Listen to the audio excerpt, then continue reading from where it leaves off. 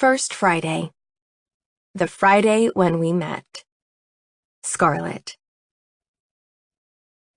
No offense, Scarlett, but if you didn't feel good when I invited you to come with us tonight, you should have said something. Now I feel terrible. Tessa, a girl I lived next door to in the dorms freshman and sophomore year, and remained friends with, flips her perfectly coiffed hair, eyeing up my soft sweater, the one I always wear when I'm getting over a cold, or sick, because it's cozy, oversized, and comforting. It's more appropriate for a bonfire or a night at home than a college party. And when Tessa shoots me that sympathetic face, lips turned down at the corners, eyeing me skeptically, I manage a soft laugh. Trust me, I've been home for the past few weekends. I needed this night out. 2, to be exact. Couch surfing and binging on random TV shows, consuming copious amounts of hot tea and chicken noodle soup. Are you sure? Because if you're not, I'm fine. That's why I wore the sweater. It's going to keep me toasty warm tonight so I don't catch a chill. The last thing I want is her changing her plans because of me. But that sweater... Tessa worries her bottom lip, chewing off some of the lipstick. It gets so warm inside those parties. Maybe just take the scarf off? And the jacket? Fingering the gray cable knit length around my neck, I breathe in the merino wool that's the only thing keeping my neck warm and my cough from coming back. My scarf? What's wrong with it? Nothing's wrong with it, but we're going to the baseball house, you know, on Jock Row. When she says Jock Row, her voice changes, fills with this weird wistfulness and a playful giddiness, like we're heading to some magical place. We're not. Jock Row, the off-campus housing block where student-athletes live and party. Similar to Greek Row, each sport has its own designated apartment or house, spanning an entire city block. They study together, play together, live together. Hell, they even eat together in a special cafeteria I've only heard whispers about, with super special healthy jock food. How nice for them. I remember listening to her talk about it in the dorms when we were new students. She'd babble for hours about wanting to date an athlete, explaining which ones she thought were cute, trolling them online, crushing hard, wondering what it was like to date one but never having the lady balls to go to one of their parties. Well, we have the courage now. Tessa still has the same stars in her eyes when she talks about it, still has that same breathiness in her voice. In a way, I don't blame her, because the guys on Jock Row, they aren't boys. They're a different breed of student body altogether. These boys don't compare to the guys from back home that I'm used to flirting with. The gangly juvenile boys I grew up with who went to college but still haven't matured. They are nothing like the boys of Jock Row. Not physically, not mentally. These guys, they're men with actual responsibilities and obligations. They work hard and play hard. Bigger, brawny, in peak physical condition, probably the best shape they'll ever be in their lives. Cocky, quick. I've seen them in action on the baseball field. I know the team is good, and damn, they look good too. Smell good. How do I know? I got close to one once, rooting around for a beverage at the football house one weekend a while back. A big, burly player cut me off in line at the keg, leaning over to grab the beer tap with his meaty fingers, and I accidentally caught a whiff. A long, deep whiff, one that ended with an internal that only comes when we appreciate something truly delicious. Obviously, being a warm-blooded female, I checked out his upper torso, muscular forearms, and thick neck in the process.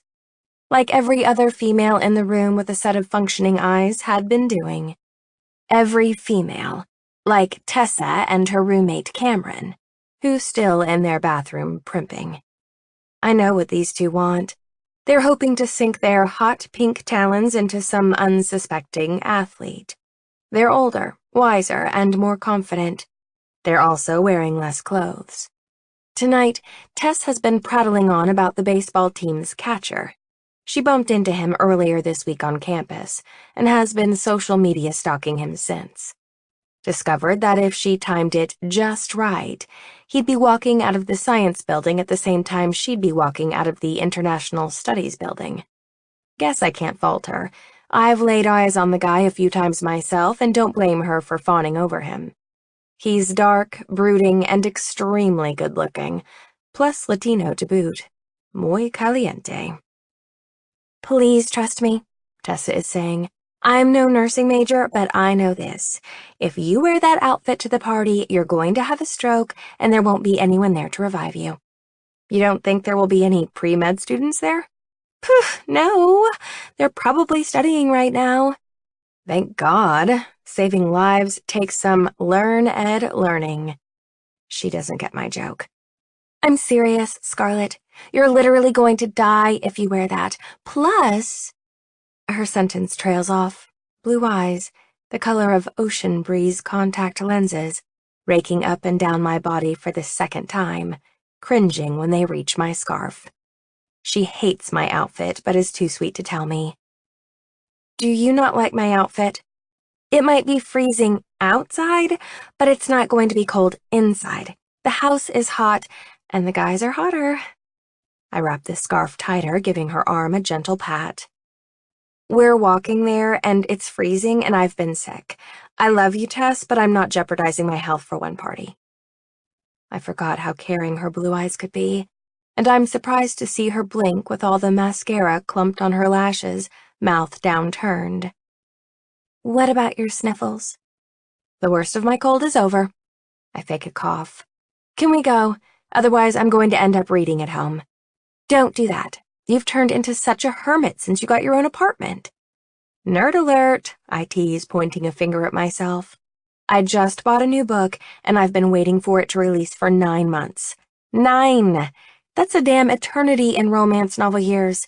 You're lucky I dragged myself off the couch, I protest, head tilting toward their bathroom. What is taking Cameron so long? One of her hair extensions was loose. She had to add extra adhesive. Ah, I nod knowingly, as if that makes any sense. Lucky for me, Cameron chooses that moment to come sashaying down the hallway, as if she's on a fashion runway, thumbing a long strand of platinum blonde hair, curls sprayed into submission. The rest of them lie in silky waves, and I briefly wonder how she's going to walk the entire way on those 4-inch heels. Dark eyes, glossy lips, and black dress, Cam is ready to hit the row. Finally. She halts when she sees me, pointing an accusatory finger at my boots, practically hisses. You are not wearing that outfit, it's butt ugly. Tessa pipes up. Save your breath. If we make her change, she won't come out with us, and I haven't seen her in ages. Aw, you are too sweet. I wrap an arm around her slim waist, squeezing her in a side hug. I kind of missed you two weirdos. Oh, shit. They were right. I'm sweltering, and this entire outfit was a terrible idea. Why didn't they try harder to make me change into something new? I swear, Tessa is an abysmal friend. I'm dying. I'm going to have heat stroke. It's hot as Hades, the 100 bodies overcrowding the small space, creating a blasted inferno despite the freezing temperatures outdoors. I pull off my jacket, have no choice but to loosen the scarf clinging to my perspiring neck, a second skin, damp with my sweat. Jerking at the end of it with my left hand, I pull it slack, lifting it over my head, relieving myself of one round mohair loop after another, stuff the entire thing in my purse, which is more of a cumbersome tote, all the while holding a red cup in my right hand. Drinking tonight wouldn't be doing myself any favors with this cold still lingering, so it's copious amounts of water disguised as alcohol instead. And can I just say, finding a liquid in this house that isn't beer was damn near impossible. I had to leave Tessa and Cam to their own devices to scavenge the kitchen, raiding the fridge. There was a note taped to the door that said, "Off limits," But it was old and faded, and I was way too parched to care. Inside, a treasure trove of water, juice, and power beverages, even some protein shakes. Snagging 2 bottles of ice-cold water, one for now and one for later, I stuffed them into my tote, grateful I had a purse along and wondering why they don't have water at the makeshift bar in their living room. Is it stealing if the fridge was open? I meander from room to room, searching for the 2 blondes I came here with, their pretty blonde heads having gone astray in the short amount of time it took for me to find 2 water bottles. I fidget, airing myself out by tugging at the neckline of my sweater, and take a few refreshing sips of my pilfered beverage. Cold, delicious. I fan myself idly, standing off to one side of the living room, doing my best not to faint dead away. A melodramatic statement, even for me. But if I manage not to pass out from overheating, it will be a damn miracle. 3 more sweeps of the room, and I locate them near the front windows. My upper torso is so unbelievably itchy. Stupid and scorching. I'm sweaty and irritable, and, oh my freaking God, why am I freaking wearing this? I slide a finger inside the furry collar to alleviate my crawling skin, lower my body temperature, giving it yet another tug. But it's no use. I'm boiling in this godforsaken potato sack. I need the porch. No one hears my loud sigh over the music. How could they? It's turned up so loud the windows shake with the bass, floor quaking with tiny vibrations. Hating myself just a little bit, I join the girls. They're both having more fun and better luck tonight than I, cloistered in a huddle and chatting it up with 2 insanely attractive young men. Tessa is batting her lash extensions at the blonde one. He's a tall, lanky guy, his winning feature a lazy smile he's freely throwing her way. Perfect teeth. Boyish, in a way, but I can see why she's attracted to him, though my type is more rugged and rough around the edges.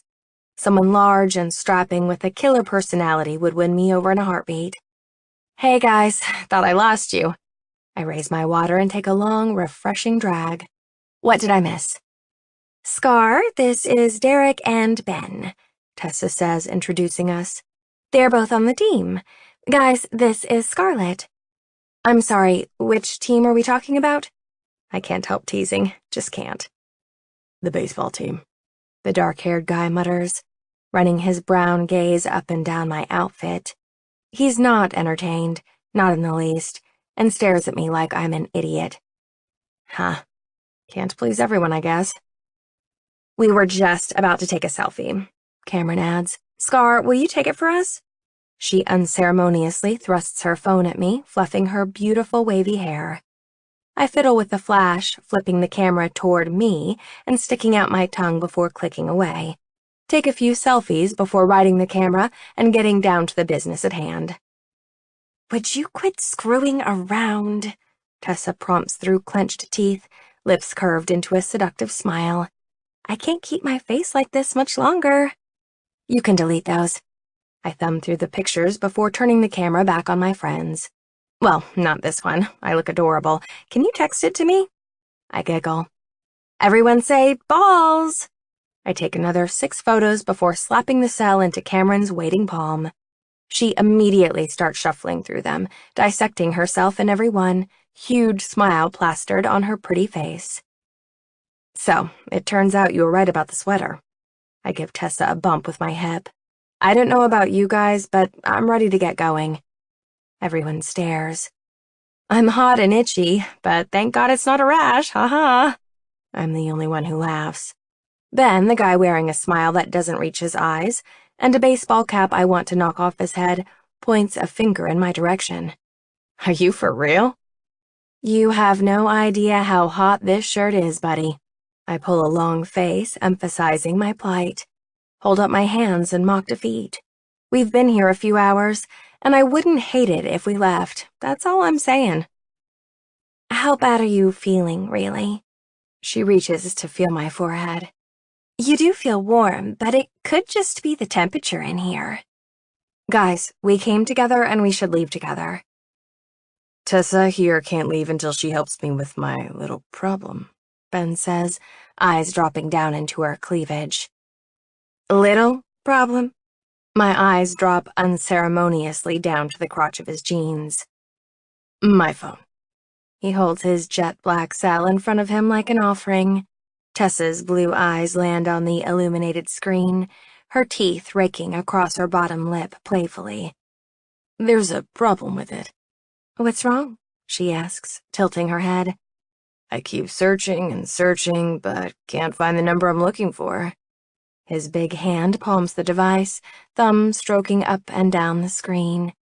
And I think he's trying to be sexy. Or something. What number? Tessa coos.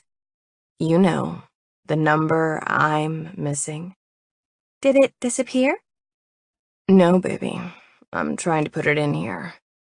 His thumb slides up and down the flat surface, stroking idly. But is it... Oh my God, I can't take it anymore. I get it.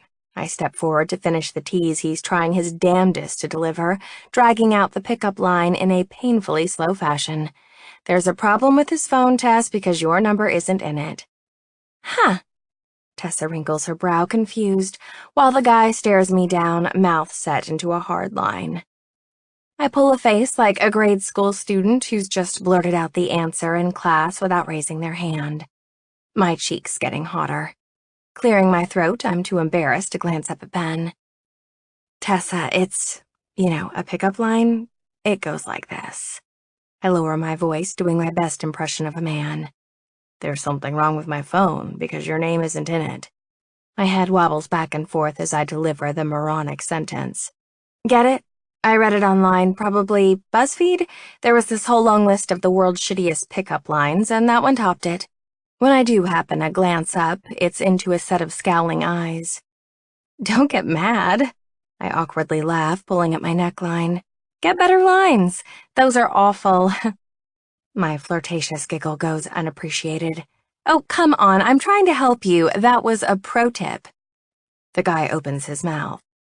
Do you not realize you're a fucking buzzkill? What the hell are you wearing? His tone is no longer friendly, no longer flirty. He's no longer interested in being a team player. I've unintentionally pissed him off by stealing his thunder. Tessa, bless her kind heart, breaks through the tension with a light-hearted laugh, giving Benny Boy a few flirtatious pats on the cheek, diverts his attention. You want my number? She sounds positively giddy. Why didn't you just say so, silly? She plucks the phone out of his hands, tapping her digits into the contacts as he shoots another distrustful glance in my direction. Looks down his nose at me. I clutch my cup tighter. It wasn't my intention to offend or piss anyone off. All I want to do is have a good time and laugh a little after being sick for so long. Is that a crime? He's certainly staring at me like it is. You know what you could do, Stacy? Derek intentionally butchers my name. I can see in his steely gaze that he's trying to belittle me, the dickhead. Run along and get yourself another beer. He's on his tiptoes, pretending to stare down into my red cup. Looks like yours is half empty. Ben nods, drinking from his cup. We'd hate for our guests to be thirsty, especially the ones who need booze the most. You're not trying to get rid of me, are you? My laugh is nervous. Us? He manages to look affronted. No, babe, I live here. It's my job to make sure everyone is having a good time, and you definitely don't seem like a good time. Haha.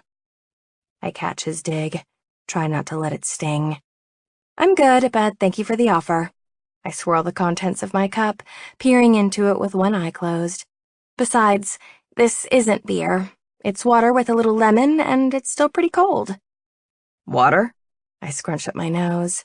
Yeah, I'm not really much of a drinker, and I've been sick, so is it really a smart idea to get drunk? My chin goes up a notch. I don't think so. Derek's face contorts. Where did you find water around here? The kitchen? Where in the kitchen? Is this a trick question? The fridge? His eyes narrow. We keep the fridge locked during parties. My brows rise into my hairline. You do? Yeah, so no one takes shit. Like you just did. Did you miss the big sign that says off limits? My cheeks are on fire. No way is he accusing me of stealing from the house. It's just a bottle of water from a fridge that was open. Sure, it had a lock on it, and sure, there might have been a sign, but the fridge was open nonetheless. Crap. I'm sorry, I say sincerely. I didn't realize it was supposed to be locked. It opened right up. All I had to do was fiddle with the handle a few seconds and presto, all the drinks for me. He glances down his nose at me for the second time tonight, silently judging me. Maybe instead of sucking down that stolen water, you should have a beer, or 5 since you seem so uptight. Ben finishes. Thanks, I'm good. I insist, pulling at my sweater, peeling it away from my scorching skin, needing room to breathe. The room seems to be getting hotter by the second. Or is it just me? Normally, guys like this wouldn't bother me. I can handle a little unease like a champ. But coupled with how warm I am and the heat these guys are throwing off, I'll admit to being more than a little uncomfortable, and not just from the sweater. Cameron pipes up then, unwittingly rescuing me, resting her hand on his meaty bicep, displayed beneath a black short-sleeve shirt. Changes the topic. Before, when you were getting water, Derek was telling us before how the baseball team won the College World Series last year. That's the World Series of baseball, but for college. My brows go up, holding back a look of disbelief. Yes, I know what the CWS is, Cameron, and Iowa didn't win it. Yes, they did, she laughs. Derek threw the winning pitch. He's seriously amazing. Scarlett, you should hear the story. She has her entire arm wrapped around his, giving him an encouraging squeeze. Tell her the story, Derek. I look at Ben, glance at Derek, back at these two naive girls, and shake my head dismayed. Literally can no longer handle their amount of bullshit. You realize these two are teasing you, right? The red cup hits my lips and I take a swig, readjusting the jacket and scarf I've been holding in my other hand. USC won the College World Series last year. They win it almost every year. The water tastes warm now, tepid at best, as it flows down my throat. How the hell would you know that, Miss Know-It-All? Ben challenges me. Miss Know-It-All? Wow, I don't think anyone has ever called me that a day in my life. My dad, he's not a huge fan of Major League Baseball, but he loves watching college ball. Loves it. I tap my chin with a forefinger. I remember last summer, he had the damn finals on for an entire week, on every TV in the house. We all had to watch that dumb game, no offense. The College World Series is in June, right? I think I'm remembering that right. When my sentence trails off, Derek jerks his head in a terse nod at Ben, crossing his arms and spreading his legs in a defensive pose. Raises his brows, nods toward the kitchen. Anyway, I chatter in an attempt to redeem myself, filling the silence with my babble. I just remember being home and my dad watching that game. The highlights would be on when I left for work, and the game would be on when I got home from work. USC won that tournament, I'm sure of it. Both Cam and Tessa are having a hard time following the conversation. Why would you say you won? I blow out a puff of air, gently tugging the sweater from my skin and giving it a few shakes to let the cooler air get in. They lied because they're trying to impress you, Tessa. Kind of ridiculous if you ask me. I mean, honestly, you guys are really good looking. You shouldn't have to make shit up. I push out a laugh. It comes out sounding strangled. Weak. So weak. I push out another one, hoping to smooth things over, hoping they'll be amused by the teasing tone of my voice and take pity on me. You're not going to stand here with us all night, are you? One of the guys asks. What else would I do? I can call one of the rookies to take you home so you don't have to keep standing here. Ben drapes his arm around Tessa's shoulders. Besides, I want to get to know your friend better, and you're making it impossible. He tilts her chin up with his thumb, staring down into her eyes. Wouldn't you like to get to know me better, babe? Tessa nods dumbly. Damn her. I swallow the lump in my throat. We'll take real good care of your friends. He tries to back away with her, but I stop him. You can walk away knowing they're in good hands, babe. Not so fast, you bullhunk. I have no doubt about that. I grip his forearm as he grins wolfishly down at Tessa. And holy shit, is it solid. Built like a tank, his forearm is a firm mass of muscle. I give my head a shake. Are you sure it's wise to go off with them? I mean, they're strangers. Strangers? What are you, fucking 5? He glares down at me. What's in that water that's making you so goddamn bitchy? Tess and Cameron volley back and forth between us, eyes wide as saucers. A little horrified, a little tipsy, a lot excited, and gorgeously clueless. I can hardly believe these two Neanderthals are turning my friends on. But they are. I can tell by the looks on both their enthralled faces. Shit. My friendship is no match for an athletic pedigree, great body, and handsome face. So I stand my ground, having nothing to lose. These girls are not leaving with me when I go. You did not just call me bitchy. No one has ever called me that, not once, and if I wasn't so pissed off, I might be embarrassed. All I'm trying to do is enjoy my night out, but these assholes are making it impossible. All because, in some sick way, they see me as ruining their chances. Don't call her bitchy, Ben, it's mean. Tessa scolds, narrowing her eyes and smacking at his arm. Her palms rest there, fingers doing a thorough pat-down of his skin. You should apologize. He rolls his neck, getting the kinks out, his big brown eyes rolling toward the ceiling. If it's not the sobriety making her act this way, it must be that butt-ugly sweater. I glanced down at my beige mohair garment, affronted. I was cold, and I was sick. Aren't you fucking hot? Is that what's making you run your mouth? Yeah, I admit begrudgingly, shoulders slouching. Maybe. You should go outside then and get some fresh air. Fresh air does sound better than standing in front of these idiots, putting up with their insults. Ben casually arches a brow, and the guys exchange another glance. So damn shady. I watch as he casually eases out of the conversation and disappears into the crowd, causing Cameron's bottom lip to jut out in a pout. Arms cross, boobs rise above the low neckline of her shirt. What did you say your name was? Derek asks me. My arms cross defensively. Stacy. His face is a blank canvas, impassive, stony, and directed at me. Are you going to tell me your name again or not? Because if you don't, I'll just give you a nickname. I have a pretty good one already, right up here. He taps his skull. I make a humph sound they probably can't hear over the noise. Scarlet. His mouth curves. Sober Scarlet. Oh, so you think you're clever now, 'cause you can alliterate? I hold up my red plastic cup, not bothering to hold back the biting comment on my tongue. Got any other set of skills? I wish I didn't sound so defensive, but these guys are bringing out the worst in me. You wouldn't know what to do with my other set of skills. He chuckles, pleased with his innuendo, thinks he's being clever. Tessa must agree because the cheesy line throws her into a giggle fit. Gross, Tessa. Just, no. Get better taste in men. Honestly, what is it with these guys? Bunch of douchey jockholes congregating in one small space. The room lacks oxygen. That must be why they're acting like assholes.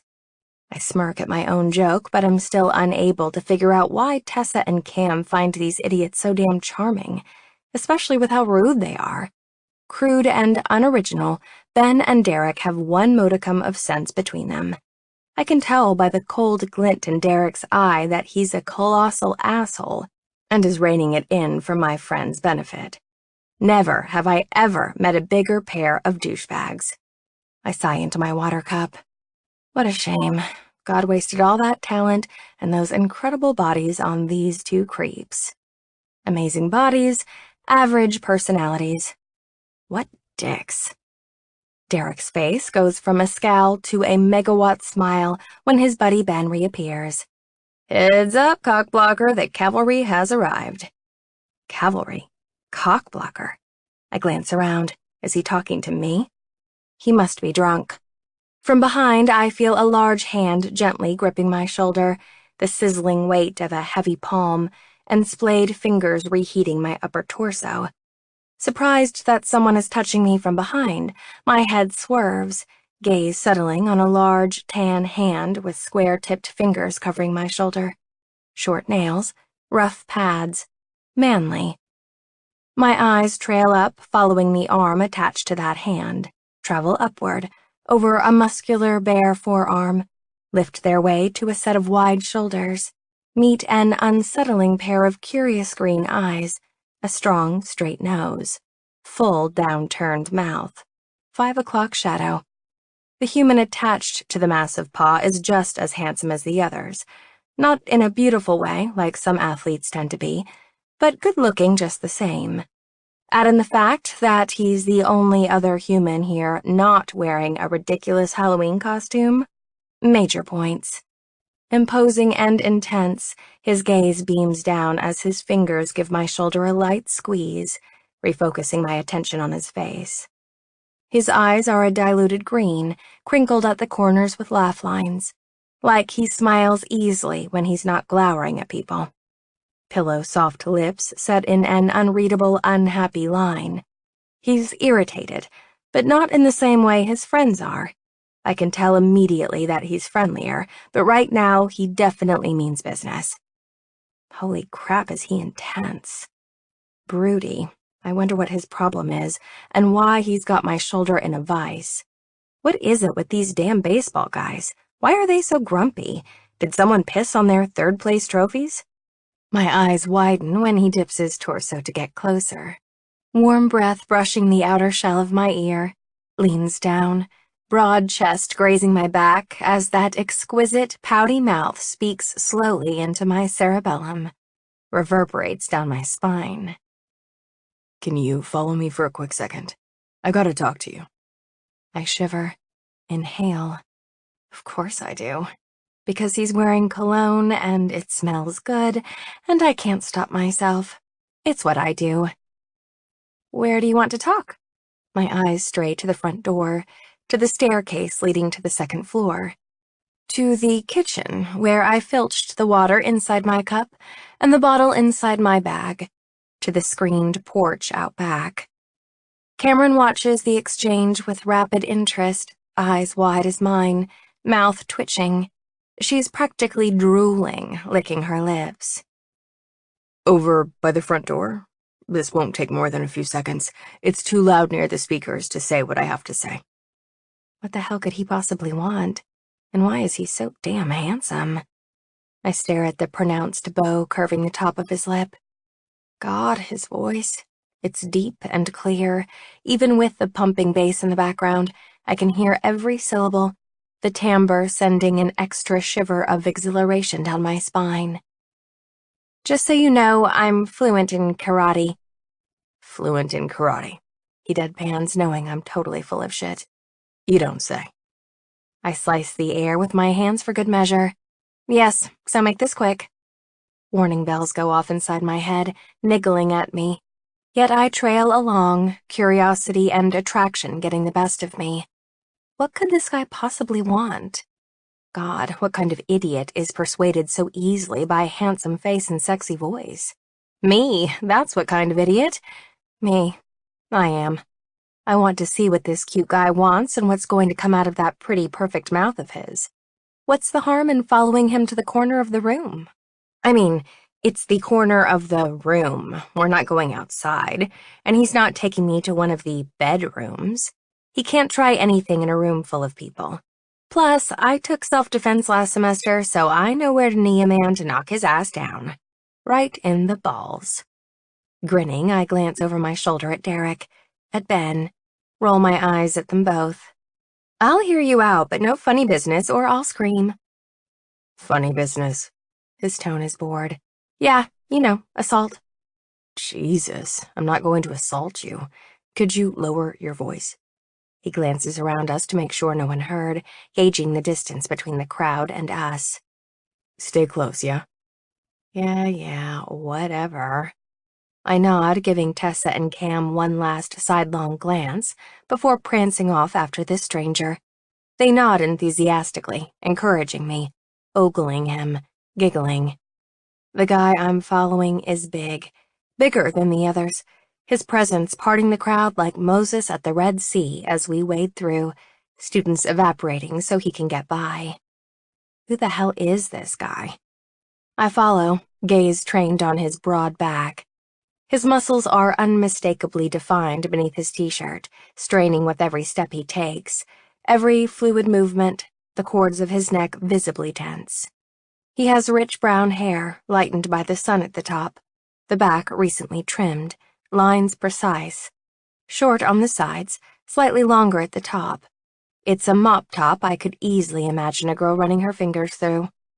He glances back at me again when he reaches the front door, yanks the handle, pushes the screen open to the porch.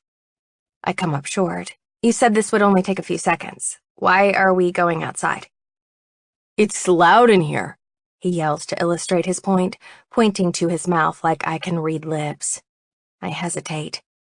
Poise my foot on the threshold, toe off my boot on the step before striding all the way out, cool air hitting me like a welcome force. I breathe it in, then out with a sigh of relief. God, it feels so good. So, we're outside. I take the jacket out of my tote and slide both arms into it, zipping the front with a satisfying whir. And doesn't this feel amazing? I was dying in there. He studies me under the porch lights, silently crossing his arms, a beer clutched in one huge hand. No jacket, short sleeves, and a scowl. I raise one brow, waiting. He continues staring me down, wordlessly. This guy is tall. Good and tall. Legs spread slightly, bulky arms crossed defensively. What I imagine a powerful baseball player stance to be, except without the uniform or glove. I can't take it anymore. What's up? Did you see me across the room and decided I was irresistible? You just had to talk to me? Haha. Don't tell me. You can't resist a fuzzy brown sweater. I try for brave and nonchalant, but my nerves betray me and my voice quivers. His nose dips down, those brawny arms uncrossing, the cords in his forearms stretching. Clasps his hands together like two giant cymbals, the noise echoing in the quiet yard. So I'm just going to throw it down, all right? It's nothing personal. Nothing good comes from sentences that begin with, "It's nothing personal," which is just a generic form of, "It's not you, it's me." It's like this, he continues. The guys decided that for the rest of the night, you're not allowed back in the house. I'm sorry, what? My voice raises a few octaves above my normal tone. Why? His voice also goes up a few decibels. The guys decided that for the rest of the night, you're not allowed. I put my hand up so he'll shut his gorgeous face. Why? What do you mean, why? Isn't it obvious? No. If I knew, I wouldn't have been dumb enough to follow you out here, would I? I'm not fucking around, sorry. You can't go back. You're being booted for the night. Booted? I snort. By who? By the guys. By me. And who are you? I'm their fearless leader, and the unlucky bastard that drew the short straw. My nose crinkles like I've just swallowed a Sour Patch Kid. And what the hell is that supposed to mean? It means you were running interference and it's driving my friends fucking nuts. They want you gone. Hope you have all your personal shit. He smiles, eyes catching the tote bag hanging off my shoulder. Never mind. I see you brought a giant fucking suitcase along with you. Are you for real right now? Crap, now I sound like that asshole Derek. Yeah, I'm like, for real. He imitates an airhead, fake twirling an invisible lock of long hair, lobbing his head from side to side rudely. I'm not stupid. You don't have to be a jerk. But what gives you the right to cockblocker? I'm sorry, what? That's what they called you, cockblocker. You should have just left well enough alone. All you did by running interference was piss off Ben and Derek. Running interference? I was making small talk, not that those meatheads would know the difference. Without warning, he plucks the red plastic cup from my fingers, sniffing the contents with that great Greek nose of his. What's in here? Vodka? He inhales inside the cup again, taking a good long whiff, the way I sniffed him earlier, sticking his nose all the way in. What the hell is this? Boring juice? My lip twitches because the way his nose twitches is kind of cute, and I try not to smile. No, it's water. Huh. Just water? He looks mildly entertained, thick eyebrows raised into his hairline. Well, now it's kind of starting to make sense. My chin goes up a notch. Your friends are ridiculous, you know that, right? It's not my fault they can't take a joke. Yeah, well, they've decided you're grade A pain in their ass. He pauses, giving the yard another once-over. Cockblocker. His laugh is low and deep as he recalls the nickname. Please don't call me that. It's insulting, even though it doesn't surprise me. You're messing with their game. Their game? Do people actually still use that term? I snort, so unladylike, unable to stop the sound from coming out of my nose. Charming, I know. Your friends have no game, unless you give points for lies. They weren't impressing anyone. His laugh echoes down into the yard. Let's face it, they were impressing your friends. He's got me there. Tessa is too sweet for her own damn good, okay? Why am I telling him this? And Cameron just wants... I clamp my mouth shut. Just wants to get laid? No! Just wants a jock notch on her bedpost? Stop. Now you're just trying to find creative ways to say get laid. And I'm not supposed to be enjoying myself out here, damn it. I'm pissed at this guy. He literally just kicked me out of a house party. I will not allow myself to be charmed, no matter how funny he is. His shoulders shake in a quick shiver as he throws a thumb over his shoulder. Want to tell me what it was Wilson and Fitzgerald were lying about back there? Does it matter? No. But he's curious. I can see it in his eyes as he stares at me from across the porch, brow still imposingly arched. He's not entirely bored. Look, I begin, hefting my bag. The pickup lines were terrible, and I couldn't resist giving Derek shit about it, if you must know the truth. Like, the worst. If you were there, you would have done it too. I pause. Then, when they started in about the College World Series, I couldn't keep my mouth shut. His spine straightens. What about the CWS? They said they won it, and we all know that's a load of crap. All I did was call them on it. Sue me. It was dumb that they lied to impress my friends. His smirk comes slowly, one side of his mouth curving into an arch. It's more mischievous than sinister. How are you so sure we didn't win? Dude, stop. He laughs when I call him dude, Adam's apple bobbing. The fact that you know that shit is so fucking random. I have a baseball-obsessed father, all right? I can't help myself. I'm the son he never had. Inside my warm jacket, my shoulders move up and down in a tiny shrug. Maybe remembering weird facts is my stupid human trick. The guy's eyes stray to the window of the house, gazing through. Look, I hate to be rude, but can you do me a favor and leave? It's cold and I'm freezing my balls off.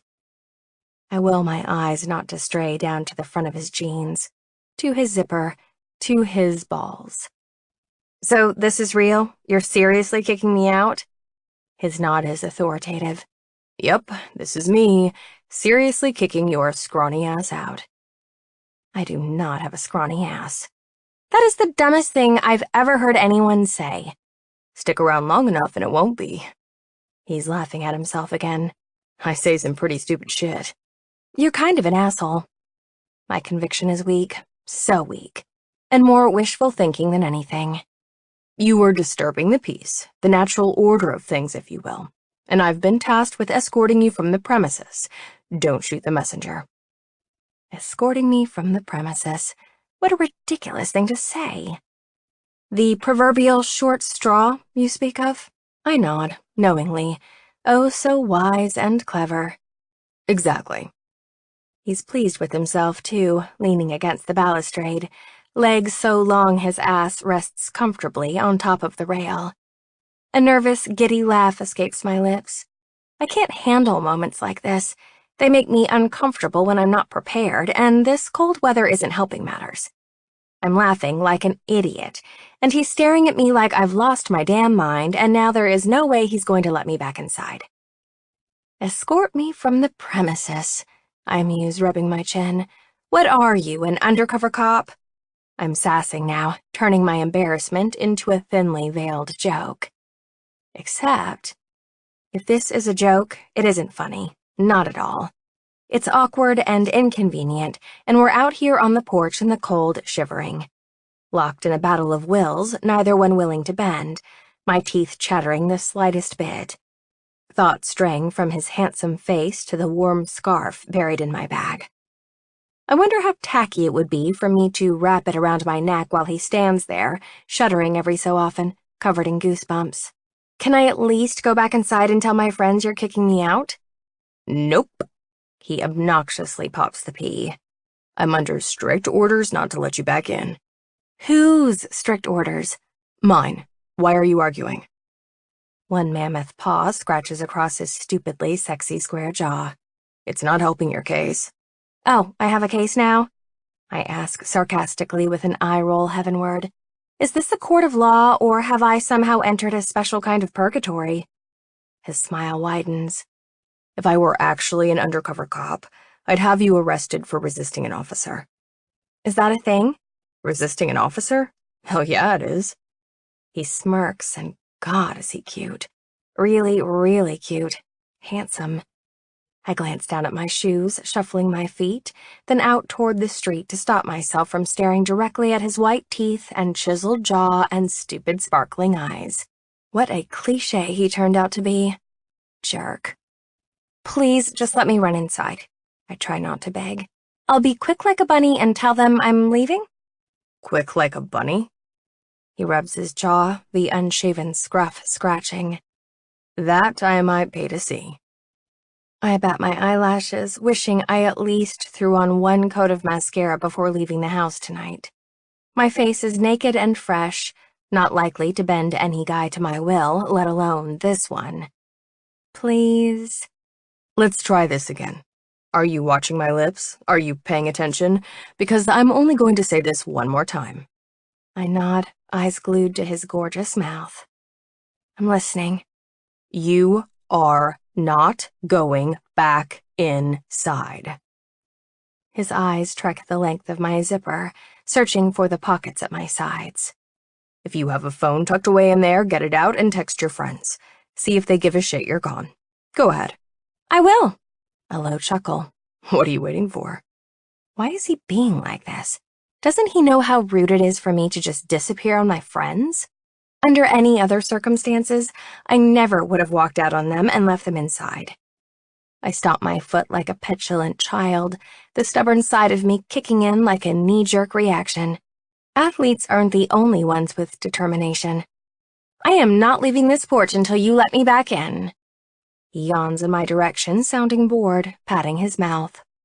Why are you being so dramatic? You're worse than my 4-year-old cousin. Because this goes against my... I search for the appropriate words. Civil rights. This goes against your civil rights. He deadpans dryly, lip curving. Now you just sound crazy. You can't kick me out. Now you're cock-blocking me from kicking you out? Do you not see the irony here? I narrow my eyes. Stop trying to make me laugh. It won't work. But it's so easy. I'm not standing out on this porch while my girlfriends are being taken advantage of inside. I'm not abandoning them. He drones. I can guarantee you it's the other way around. What's that supposed to mean? You don't think those chicks inside aren't taking advantage of the situation? He throws a thumb over his shoulders, toward the house. No, I don't think they're taking advantage of the situation. They have no clue what's going on. In fact, they probably thought you were going to hit on me and they weren't going to stand in your way. See how easy it is to divert your attention? You're like a cute fuzzy brown squirrel with no nut. Was that the point? He hugs himself, moving his hands up and down his arms. Real talk. If you don't leave this property, I'll end up babysitting you, and that's not how I want to kill time on a Friday night. I pretend to ignore him, a knot of guilt tightening my stomach. His teeth rake over his bottom lip, back and forth, gleaming white as he studies me. Fine. His sigh is resigned. While you stand here being stubborn, I'll be over on the stairs ignoring you while you ignore me. Removing his cell from the back pocket of his jeans, he holds it up, thumb sliding across the screen, the glow illuminating his inconveniently attractive face. He twists his wrist in my direction, wiggling his finger in small circles. Don't hesitate to text your friends and tell them you're leaving. Bossy, I grumble, jealous he can so easily disregard me to play on his phone while I stew over my predicament. I'm not leaving because I'm reliable and loyal.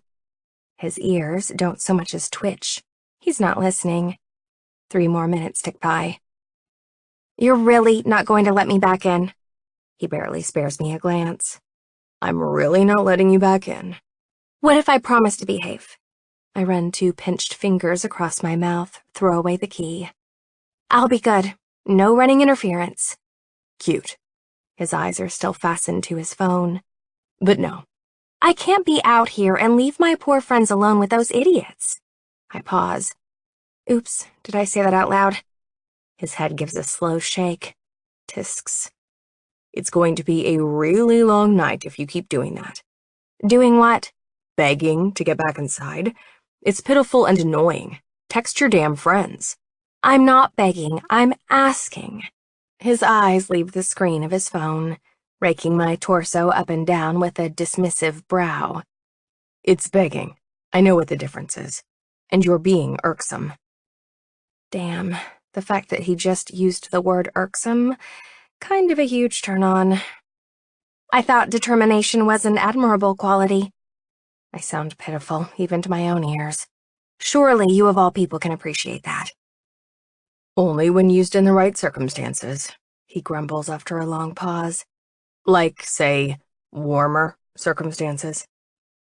I root around in my brain for something intelligent to say, to gain equal footing, but end up with, if you don't let me back inside, I'm calling the cops. Ugh, why can't I just keep my mouth shut? Be my guest, call the cops. He takes a loud slurping sip of the beer he's been holding in his hand. Tell them Rowdy Wade sent you. You're impossible. Trust me, Dollface. I've been called worse. Oh, God, do not call me Dollface.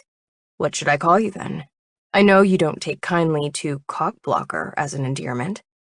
I stomp my foot, frustrated. Why do you have to be so stubborn? I'm stubborn. Okay. He mutters, Jesus Christ, under his breath like it's an oath, the bright light from his phone illuminating his sharpening features. I backpedal. I'm sorry, I just feel helpless out here on the porch. This night isn't going anything like I planned.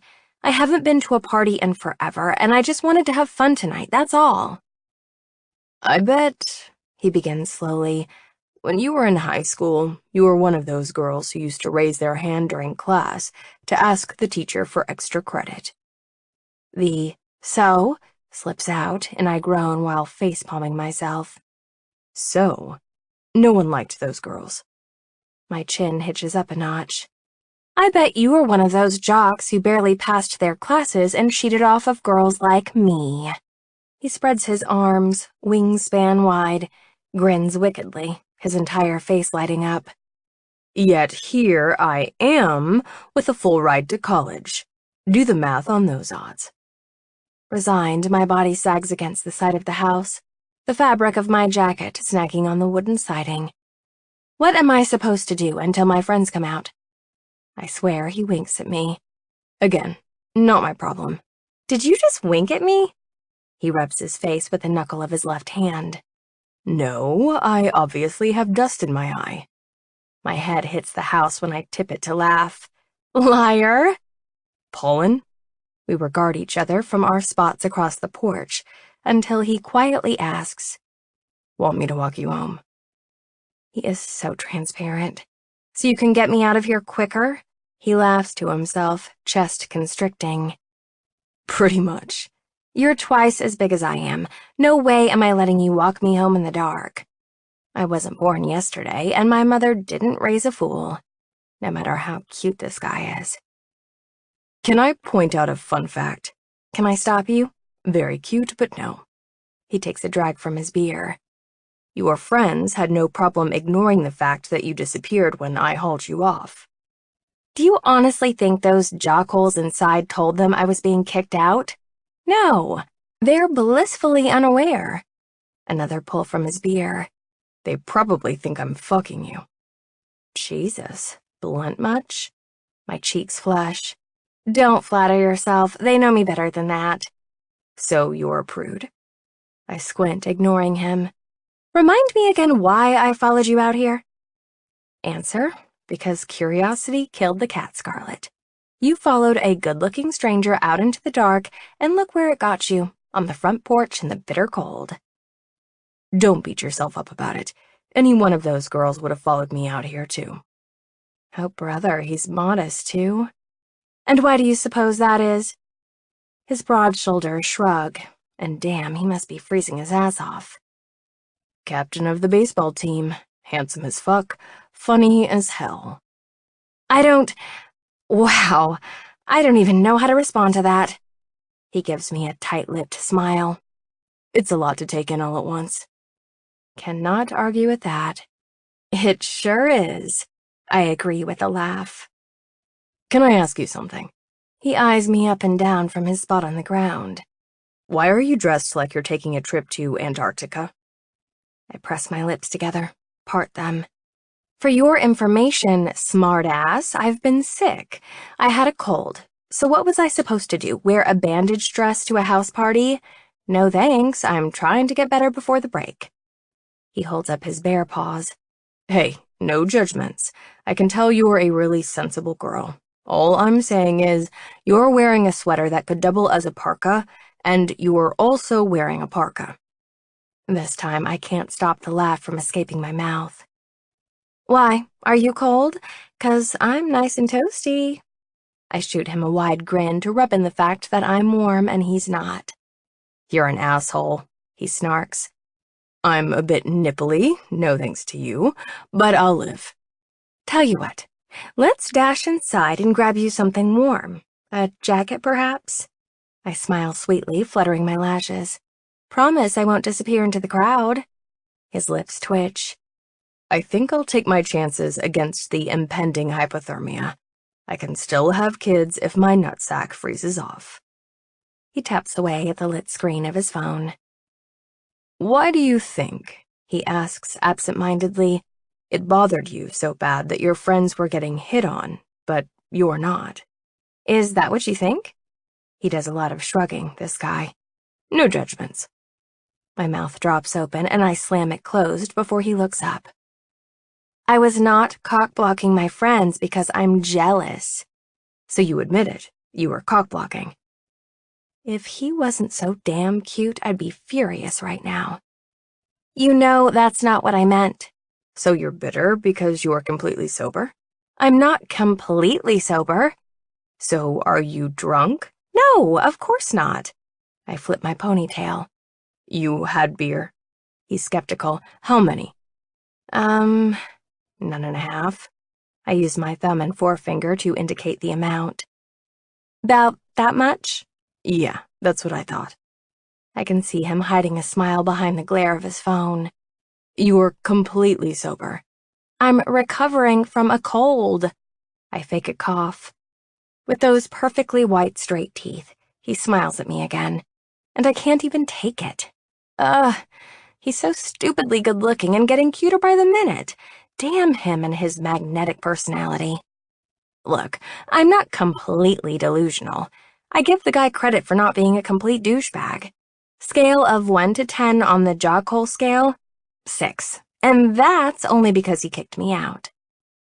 Far be it from me to point out the obvious, but I bet you wouldn't be so uptight if you had a few drops of alcohol inside you. Might be more pleasant out here for both of us, yeah? That's what your friends were saying, and you know my opinion of them. You're a little uptight. He squints over, shielding his eyes against the porch light shining in his face. Hasn't anyone told you that before? You know nothing about me. I reach down for the red plastic cup I abandoned a few minutes ago, so I have something to do with my hands. What would make you say I'm uptight? What's this oh-so-accurate assessment based on? Let me count the ways, he hums, setting his beer bottle on the step, tapping the fingers of his right hand with his left, counting. 1, I'm on this porch when I could be partying because you won't stop cock-blocking. 2, you're wearing a fucking bear rug to a party. 3, you're drinking water. 4, you admitted to asking for extra credit in high school. 5, you won't stop arguing. The smile teasing my lips couldn't be more inconvenient. The bastard holds up his hand, wiggling 5 large fingers. All signs point to uptight. Fine, I can't even be mad, because that was all very accurate. I raise a finger. But first off, your buddies didn't give me a chance to redeem myself before sending over their henchmen to axe me.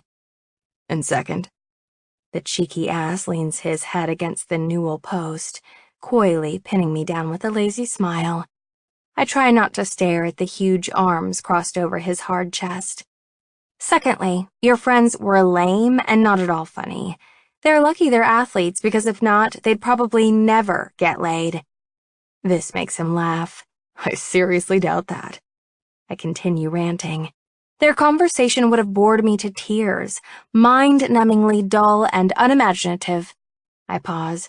Can you imagine what they'd be like in... I clamp my lips shut. He leans in, waiting, baiting me, prompting me to finish. Can you imagine what they'd be like in... He pauses, then tries again. In... He unfolds his giant body from the steps, rising to his full height, brushes off his jeans as if they are covered in dust. Go on, say it.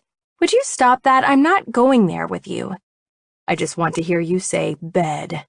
Fuck, I must be bored if I want to play word association games. Jesus. I can fill in the blanks fine all by myself. Thank you very much. I'm a big boy. He is a big boy. Very big.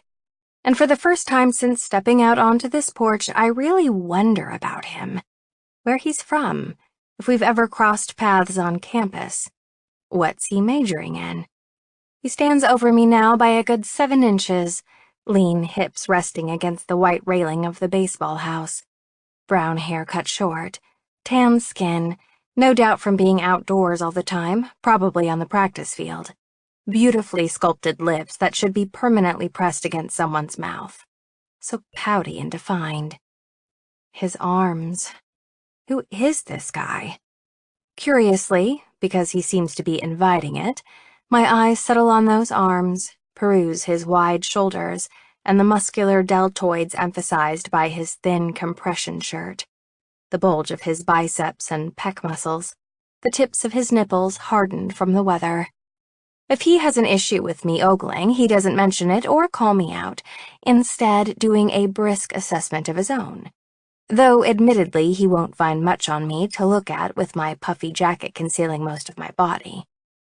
Brown half boots, black leggings, thick, chunky sweater, and the coat covering it all. His green eyes flicker where my breasts are positioned, pausing before migrating up to my face and touching my lips, nose, and hair. My long dark hair is pulled back tight into a conservative, practical ponytail, almost at the top of my head. More functional for tonight than attractive. Boring, one might suppose. My cheeks get hot as he stares me down. I feel my chest getting blotchy too, though he couldn't possibly see it. Still, I smile. Rowdy. Jesus Christ. She has a dimple in her damn cheek. I'm a sucker for those. She shoots me a tentative smile, ass parked on the stoop, back propped against the wooden siding of the house. It's obvious that she's blushing by the way she ducks her head, glancing down at the floor, the soft glow from the 2 dilapidated lamps illuminating the crown of her head. The porch lights are busted and rusty, needing their bulbs changed, one flickering, the other just about to burn out. It makes the entire place look like a goddamn carnival funhouse, casting a weird glow on the girl's smooth, pale skin and her pretty dimple. Stop staring at it, dipshit. I cast my glance at her outfit, doing my best to analyze her under the dim lights. She must have been sweaty inside the house.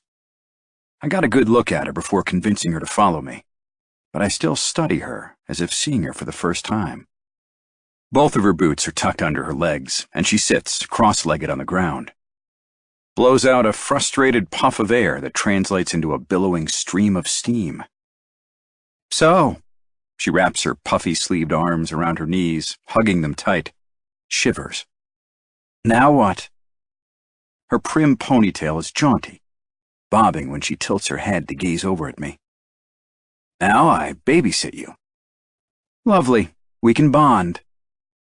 I position my large body against the railing, giving it a gentle shake to make sure it's sturdy before resting all my weight on it.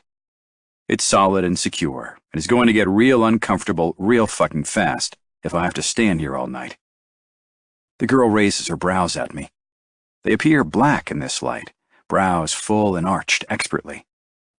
Have you babysat anyone before? No one I managed to keep alive, I joke.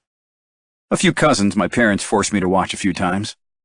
Never would feed them, but would occasionally throw out a dog bone so they wouldn't get hungry. She smiles, dimple denting the smooth right side of her face. Is that what you have planned for me? I raise my empty hands. I'm fresh out of Scooby snacks. Guess we'll both have to starve. Sorry you have to sit out here. Really? I sound hopeful. No one is forcing you to sit out here. Her light laugh is quiet. Fine. I guess I'm not that sorry. She bites down on her lower lip. I'd be lying if I said I wasn't enjoying your discomfort just a little bit. Gee, thanks. No one has texted me back yet, by the way. Shocker. Your friends haven't texted you back. Nope. She pops the P the same way I did before. Not yet, but I'm sure they will. Nice friends, I mumble just loud enough for her to hear. They actually are, she counters. Give them a break, would you? They're just excited to be here. They let her follow a strange dude outside and she wants me to cut them some slack? Okay. They're just friends or also roommates? Just friends from freshman dorm life? Ah. I don't point out the fact that only a cleat chaser would leave her friend hanging for the chance to snag some baseball cock. What are the odds they're going to cut the evening short and come looking for you? On a scale of 1 to 10? Sure. 2? Her laugh comes easy. Those are terrible odds. Don't I know it? Her sigh isn't loud, but it's heavy. Conflicted. I'm not going to fault them for staying inside, would you? It's not worth getting pissed about, so. You don't think they're going to make bad choices without you guard-dogging them? Oh, I know for a fact they're going to make bad choices.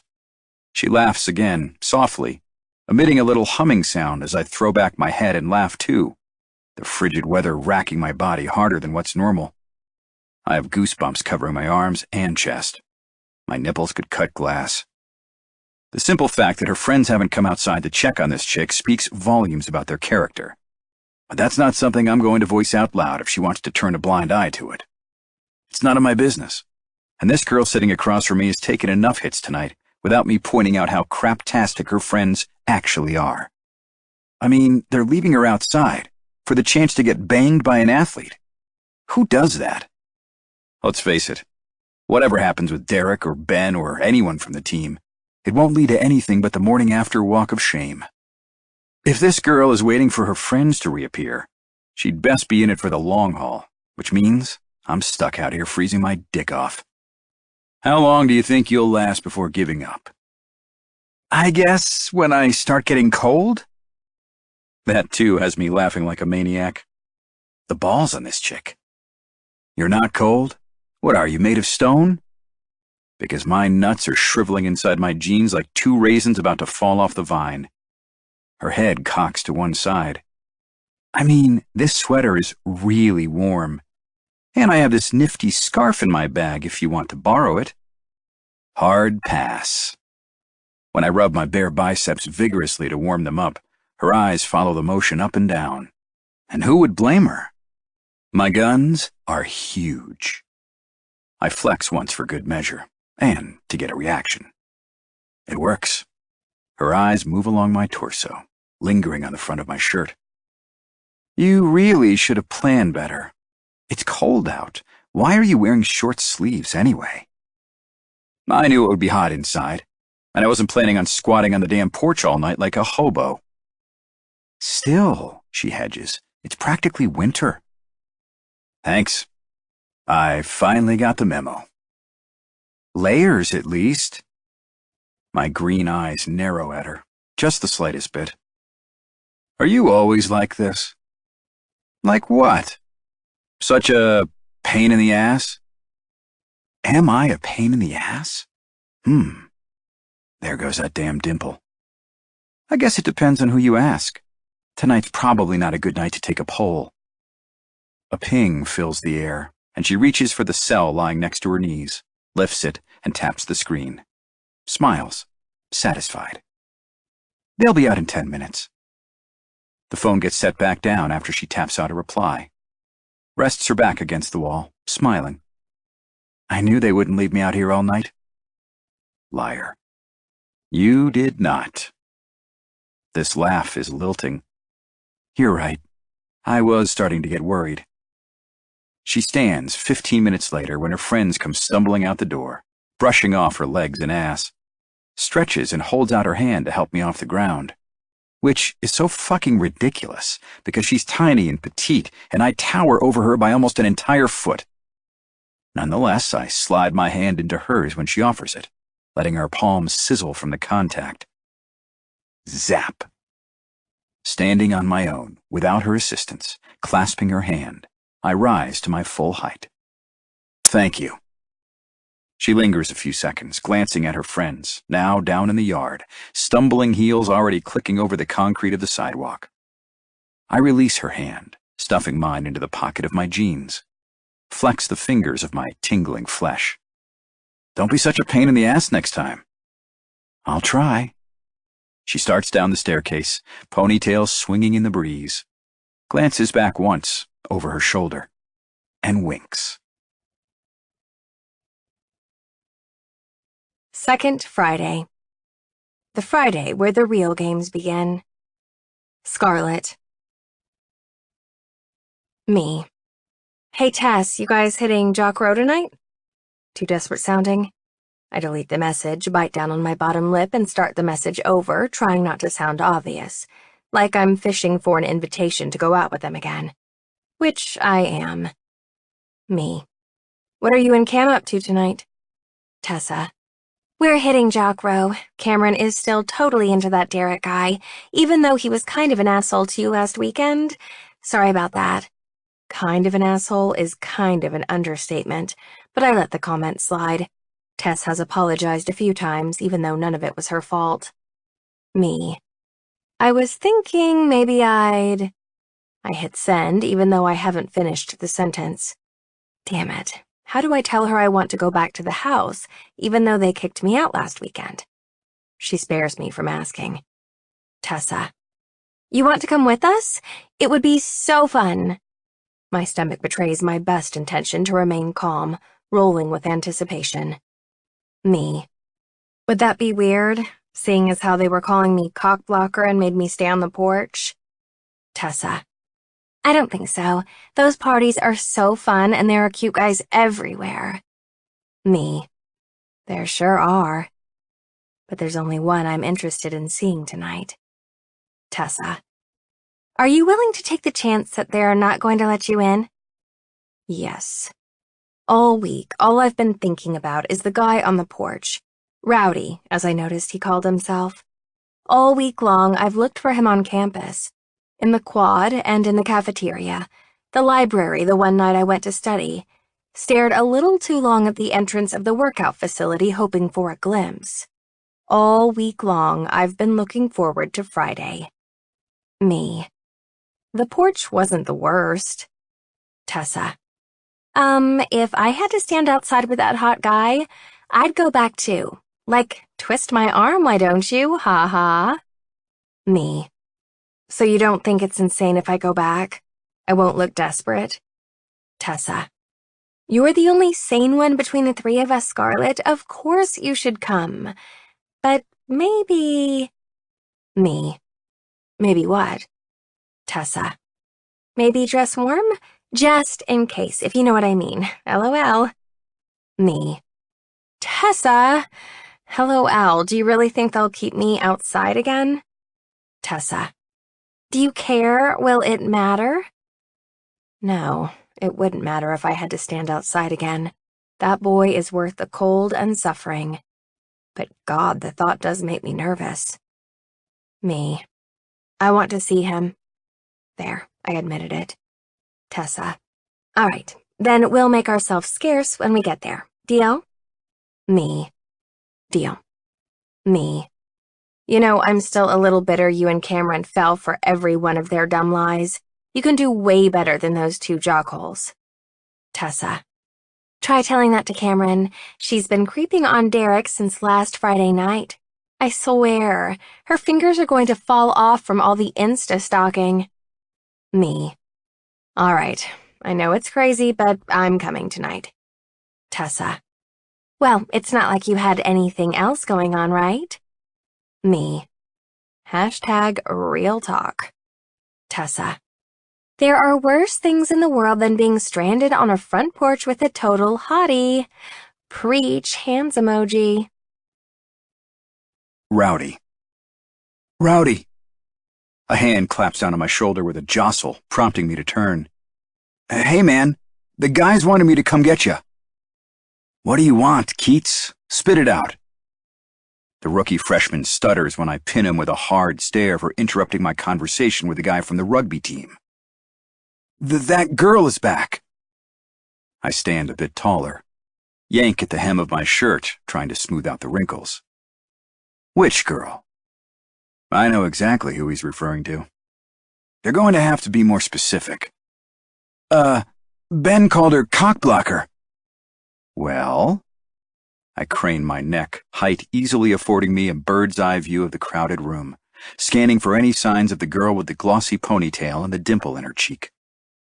Where the hell is she? Tony Keats gives a jerky nod toward the foyer. Porch. The guy stalled her outside in case she wasn't allowed back in tonight. No one knew what you'd want us to do. His hands jam inside his pockets. Her friends are flirting with Brinkman. Brinkman? Brinkman is a sophomore and a total douchebag who loves attention from girls, guys, and anyone with a pulse. I hate that he made the team and that our coach signed him. But we're stuck with him. Girls love him, and he's a fucking fantastic outfielder. Kid might have a 38-inch vertical, but the tidy package includes a few STDs. Brinkman, huh?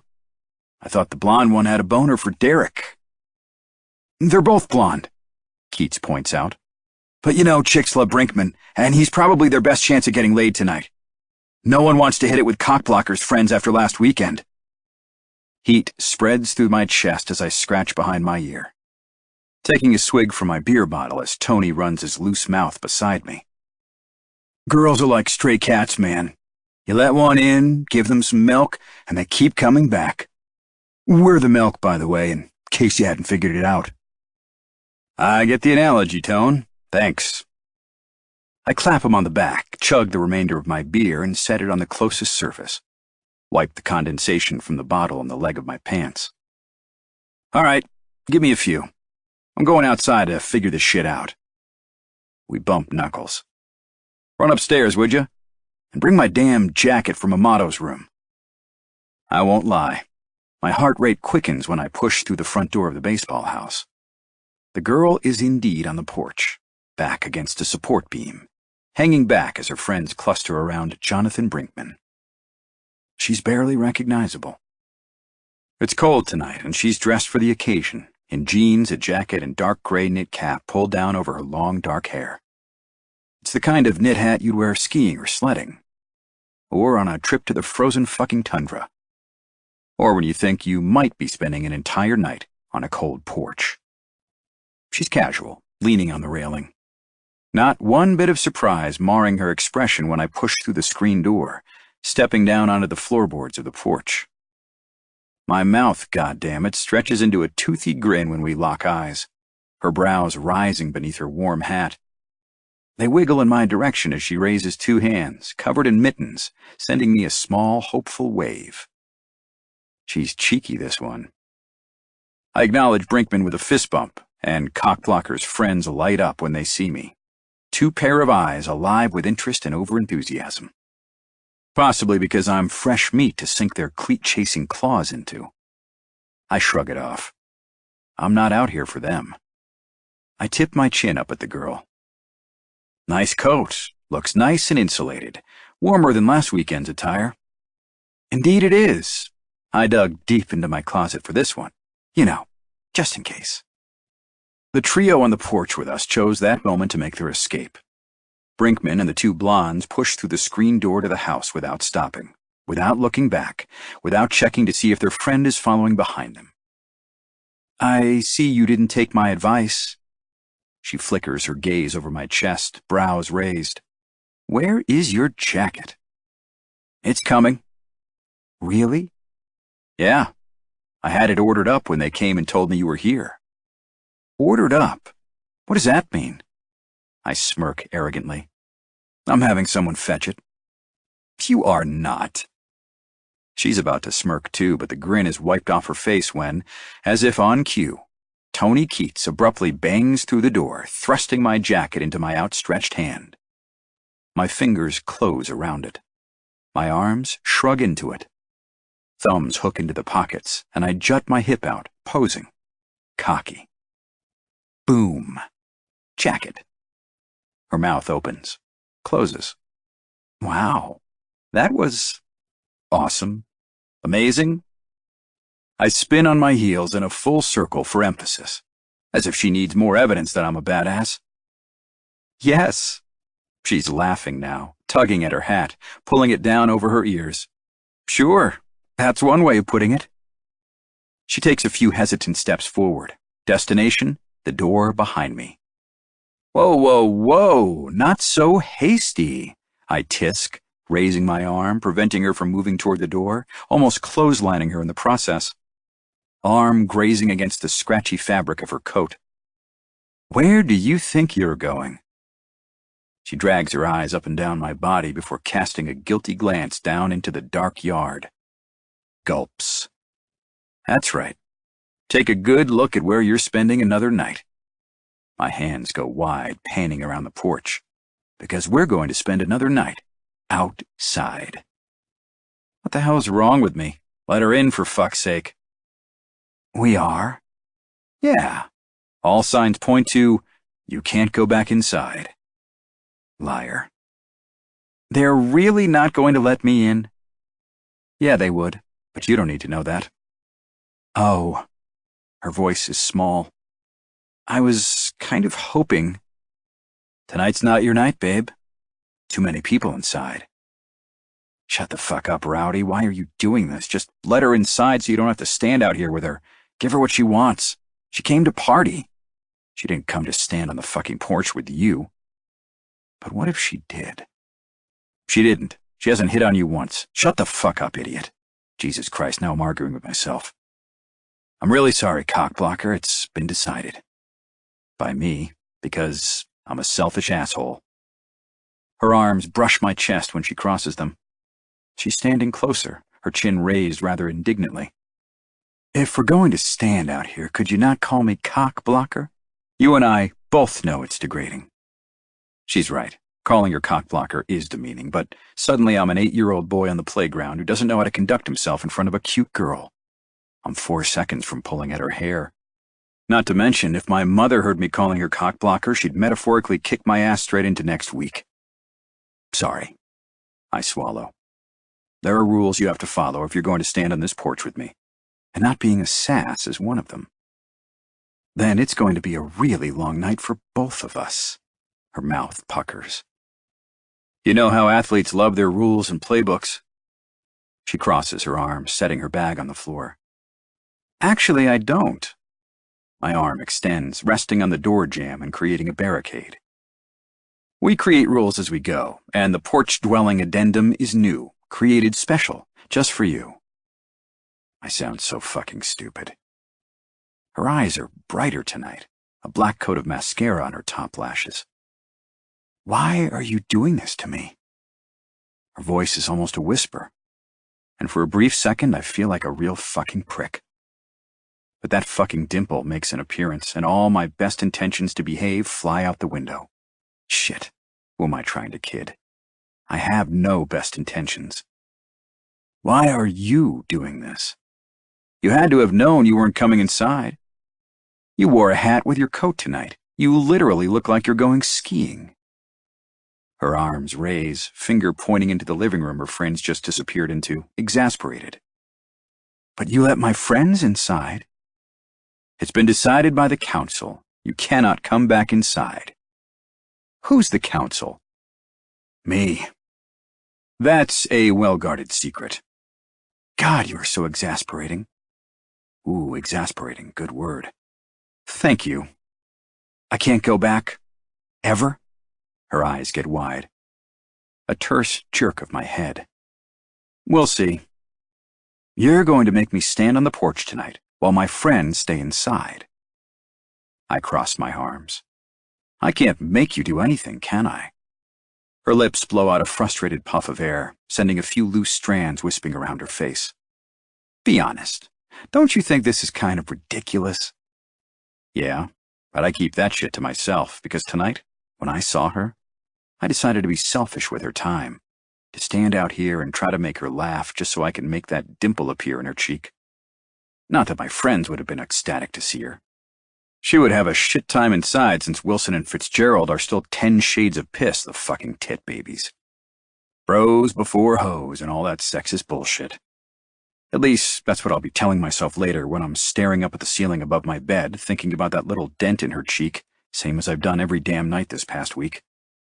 Honestly, we here at the baseball house do our best to be as difficult as possible.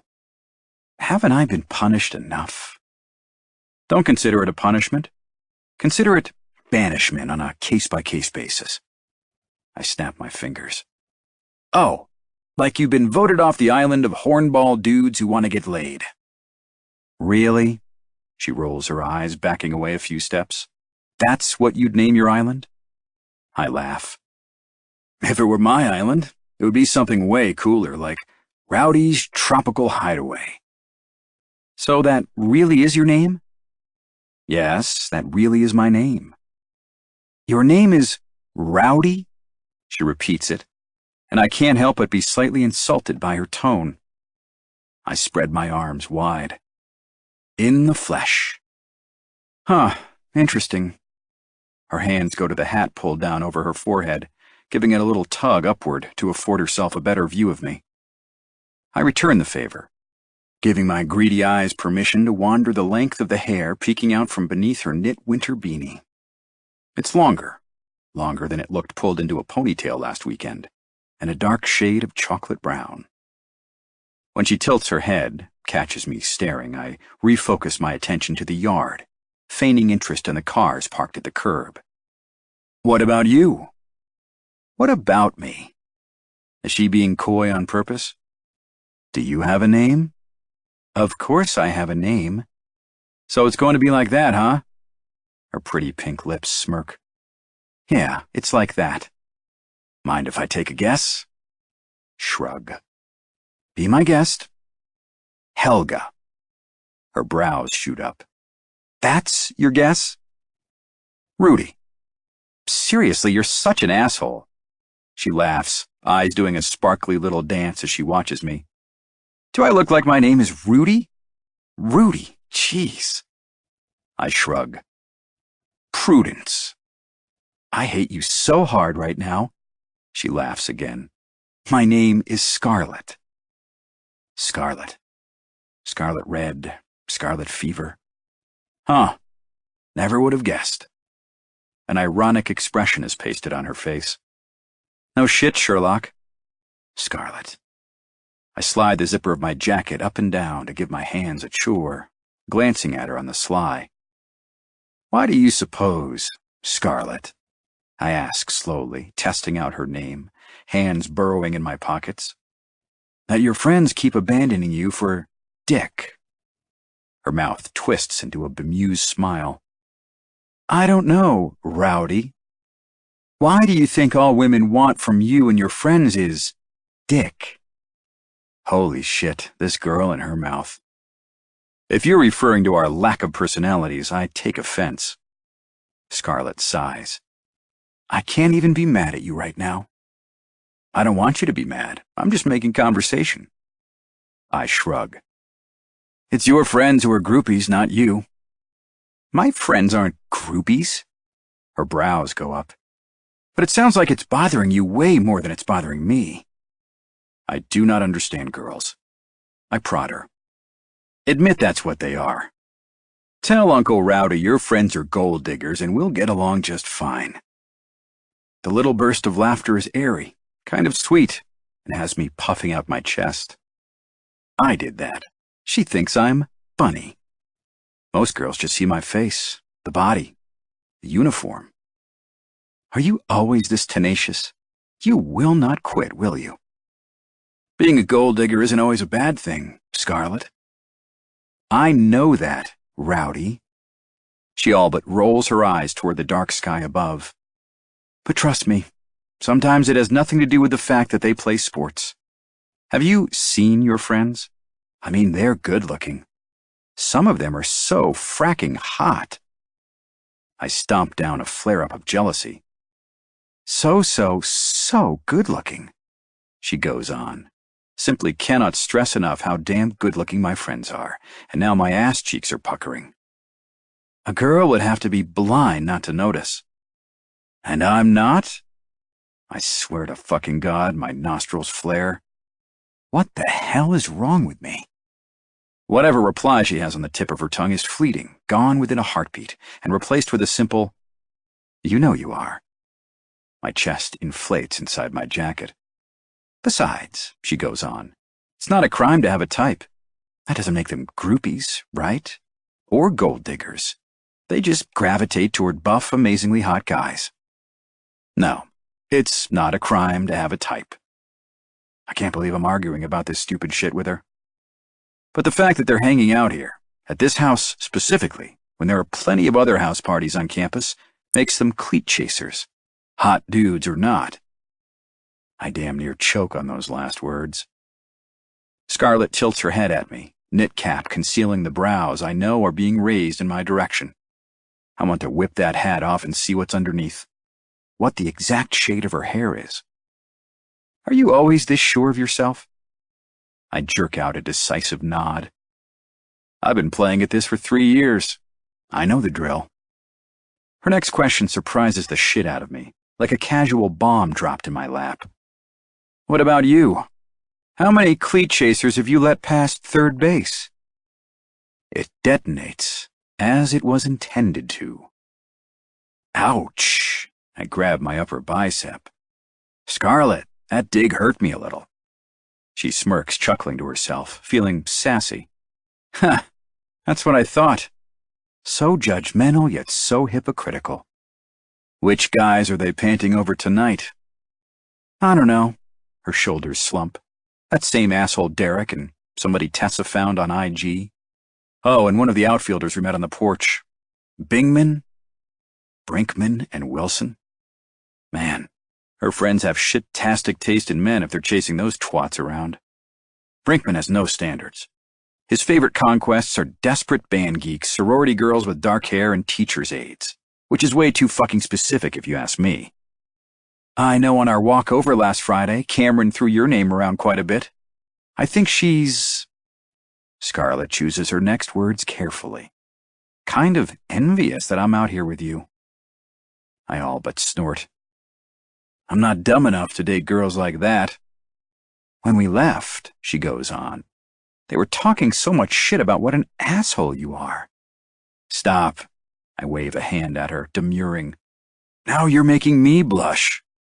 Her laughter keeps coming easy tonight, and louder, steam rising from her lips with every giggle. Fucking delightful is what it is.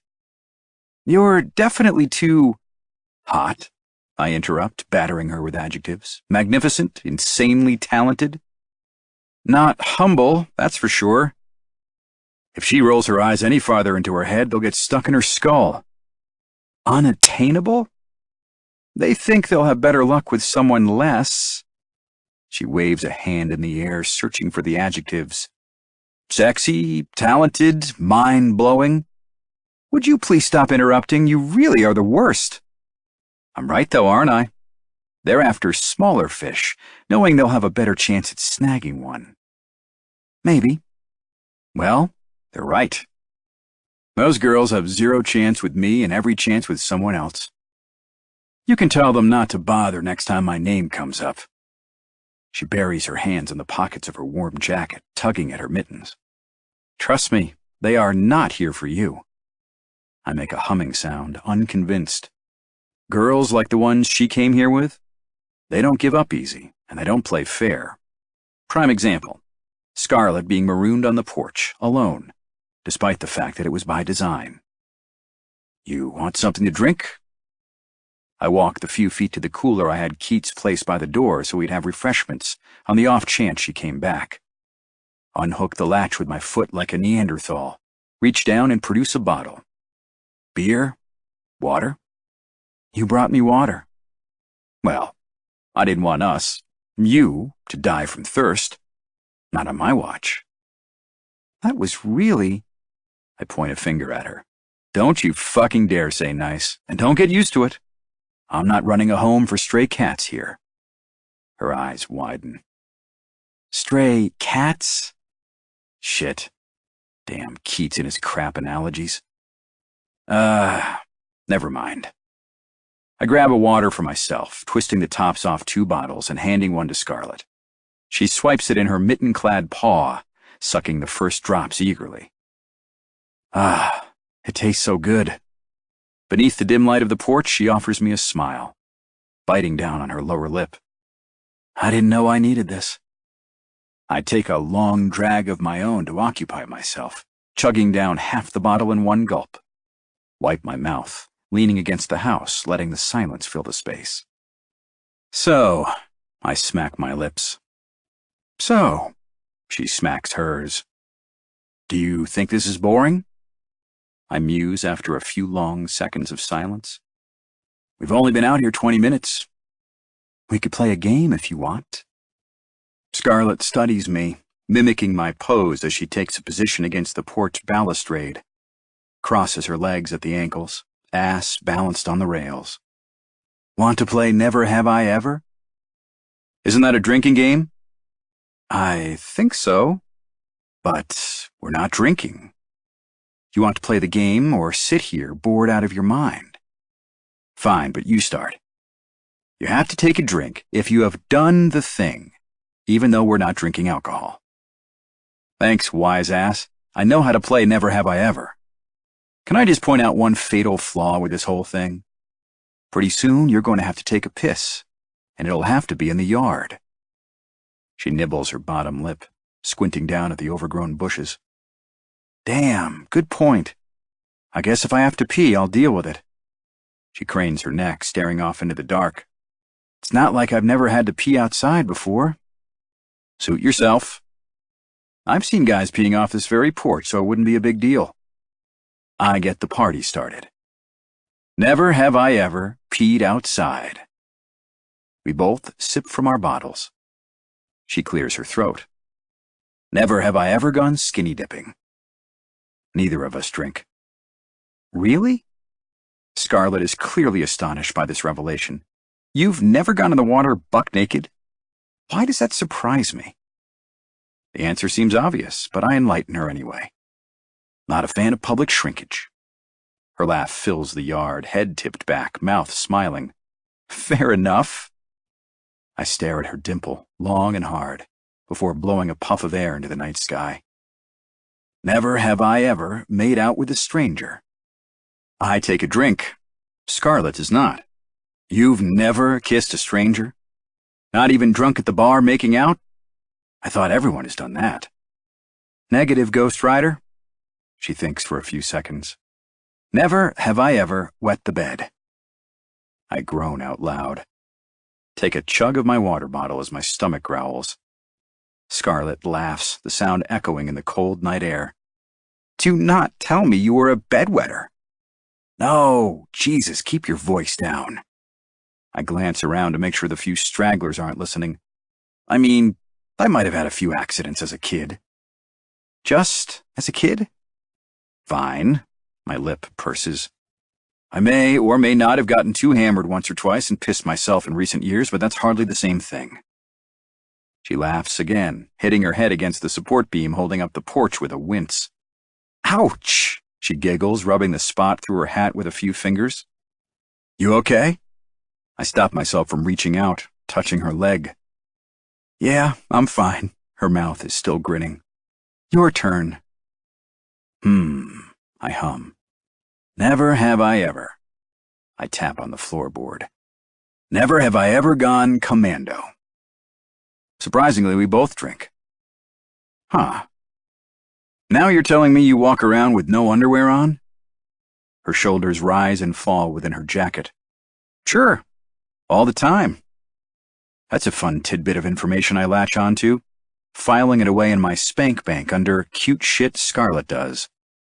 Never have I ever caught my parents having sex.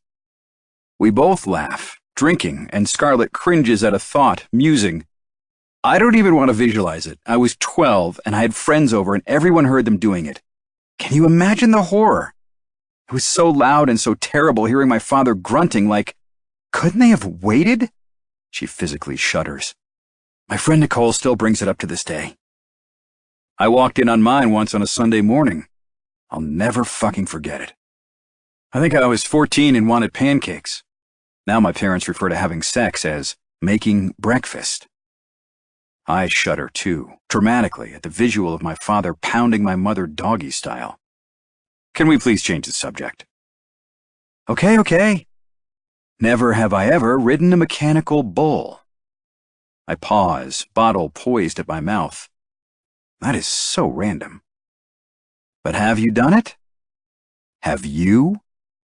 My brows rise when Scarlett takes a drink from her cup, wiggling her brows. Really? When? My tone tells her to prove it. At the county fair. My friends bet me $20 I couldn't ride it for 8 seconds. They had the carnival guy crank up the dials on that stupid thing. I thought I was going to die. She pretends to flip her hair. Piece of cake. I stare at her, dumbfounded and a little bit turned on. I'm having a hard time picturing you riding the mechanical bull at the county fair. Why? I just am. My stomach grumbles again, loud enough that Scarlett overhears it complaining. God damn it, I'm getting hungry. Do you always complain about it? Yes. I shoot her my most menacing, hangry look. I have to consume a shit ton of calories per day to maintain this physique. I realize how conceited I sound, but it's true. This body takes a ton of work, and it's not always a walk in the park sustaining it. Want to hand me my bag? Scarlett points to the black bag she dumped on the ground earlier, lying limply on the porch near the door. I give it a shove in her direction with my foot.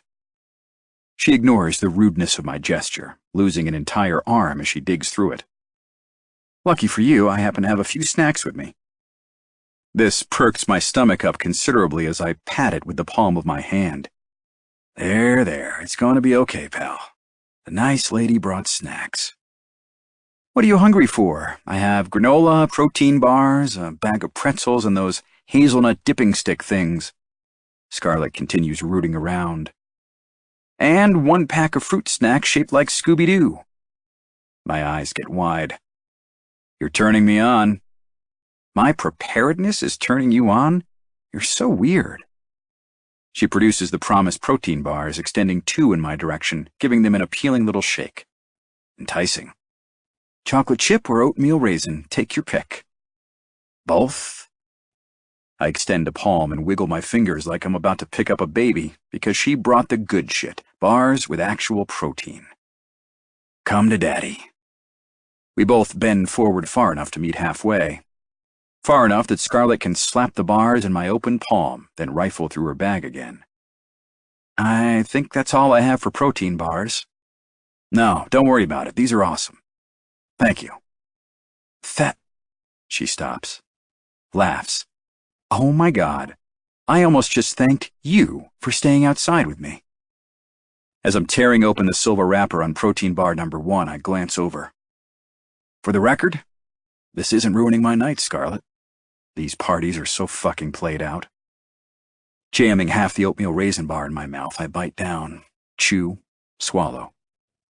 Why did you come tonight if you thought you'd be sitting outside? I didn't have anything going on and thought maybe... Her bottom lip juts out. Thought maybe I'd wear you down with my sparkling personality and charm. Little does she fucking know we're outside because I think she's pretty and it's too hard to talk inside with all the noise. So you keep saying. I shoot her a cursory glance, eyes on her mid-length puffy coat, knit winter hat, mittens. No offense. You don't really look like you came dressed for a party. She rips open a pack of fruit snacks, package crinkling, popping a red one in her mouth. I'm also a realist, Rowdy. I didn't want to freeze my ass off if the answer was still no bueno. Silently, we chew in tandem, legs extended in front of us. Her head rests against the house, eyes sliding closed when she swallows her first bite. I love these stupid things. They're so bad for you. In goes an orange one. Never have I ever taken food out of a trash can and eaten it, I announce, taking a chug out of my water bottle like the total badass I am. Stop it right now. You have not. I have, I boast proudly. I was starving and I was with a few buddies and we were walking past a really nice restaurant. Technically, we were walking in an alley past their dumpsters. That is so gross. Your mouth has been in the trash. What the hell did you eat? Pasta with meatballs from inside a doggy bag. I chuckle. We were in the city and it had just been thrown out, so I figured it was clean. Rowdy, that's disgusting. When she leans forward and taps me on the leg of my pants, chastising, my entire body goes rigid, calf burning where she poked at it with the tips of her fingers. It was still warm. Clearly I didn't die from it, so how bad could it have been? I protest. Plus, it had just the right amount of Parmesan sprinkled on top. I pinch my fingers, sprinkling imaginary cheese onto an imaginary platter of spaghetti. Scarlett plays footsies with me, urging me to quit talking about it. I'm going to gag. Knock it off. Our loud laughter carries into the yard, causing the few people gathered by the road to glance up at the house. I chomp down the last of the oatmeal bar and rip open the second one. Chew. Okay, Brainiac. Swallow. Here's one for you. Never have I ever cheated on a test. Her pert nose wrinkles. Why would you assume I'm a brainiac? 'Cause you're the girl in class who wants extra credit? You would latch onto that fact. But the truth is, I always needed extra credit because my grades were just okay. Not because I loved the extra work. Let's get real here. Really? Really. And for your information, yes, I've cheated on a test.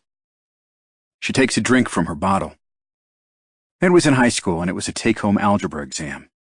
We weren't allowed to use calculators or get help. But during study hall, a few of us worked on it together and I got busted. She pops the fruit snack in her mouth. God, I am so bad at math. I've never cheated on a test, unless you count the road test to get my driver's license. How can you cheat on the road test? By flirting with the examiner? Under the dim light, beneath the winter cap, her eyes widen. Guy or girl? Guy. I grin shamelessly. Was he cute? A laugh escapes my lips. Yeah. Have you ever flirted to get out of a speeding ticket? No. Now she's the one smiling. I have. Her grin widens. I was home one weekend, driving my dad's car and got pulled over coming home from a dinner with some friends. I recognized the cop as someone from high school, a guy a few years older who had just become an officer. So, she shrugs, I might have unbuttoned my shirt a little while he was running the plates. No fucking way. Way. 2 whole buttons, she laughs. So much cleavage. Why, Scarlett, you little... I really think it's weird you think I'm some prude just because I got into an argument with your teammates. Honestly, I'm sure it had a lot to do with what you were wearing. They're morons. Her groan is accompanied by a dramatic eye roll. I'm burning that sweater when I get home. Yeah? Heck no, she scoffs. I love that stupid thing. 3rd Friday. The Friday where I feed him and give up trying to stay away from Jock Row. Scarlett. Don't you freeze your ass off out here?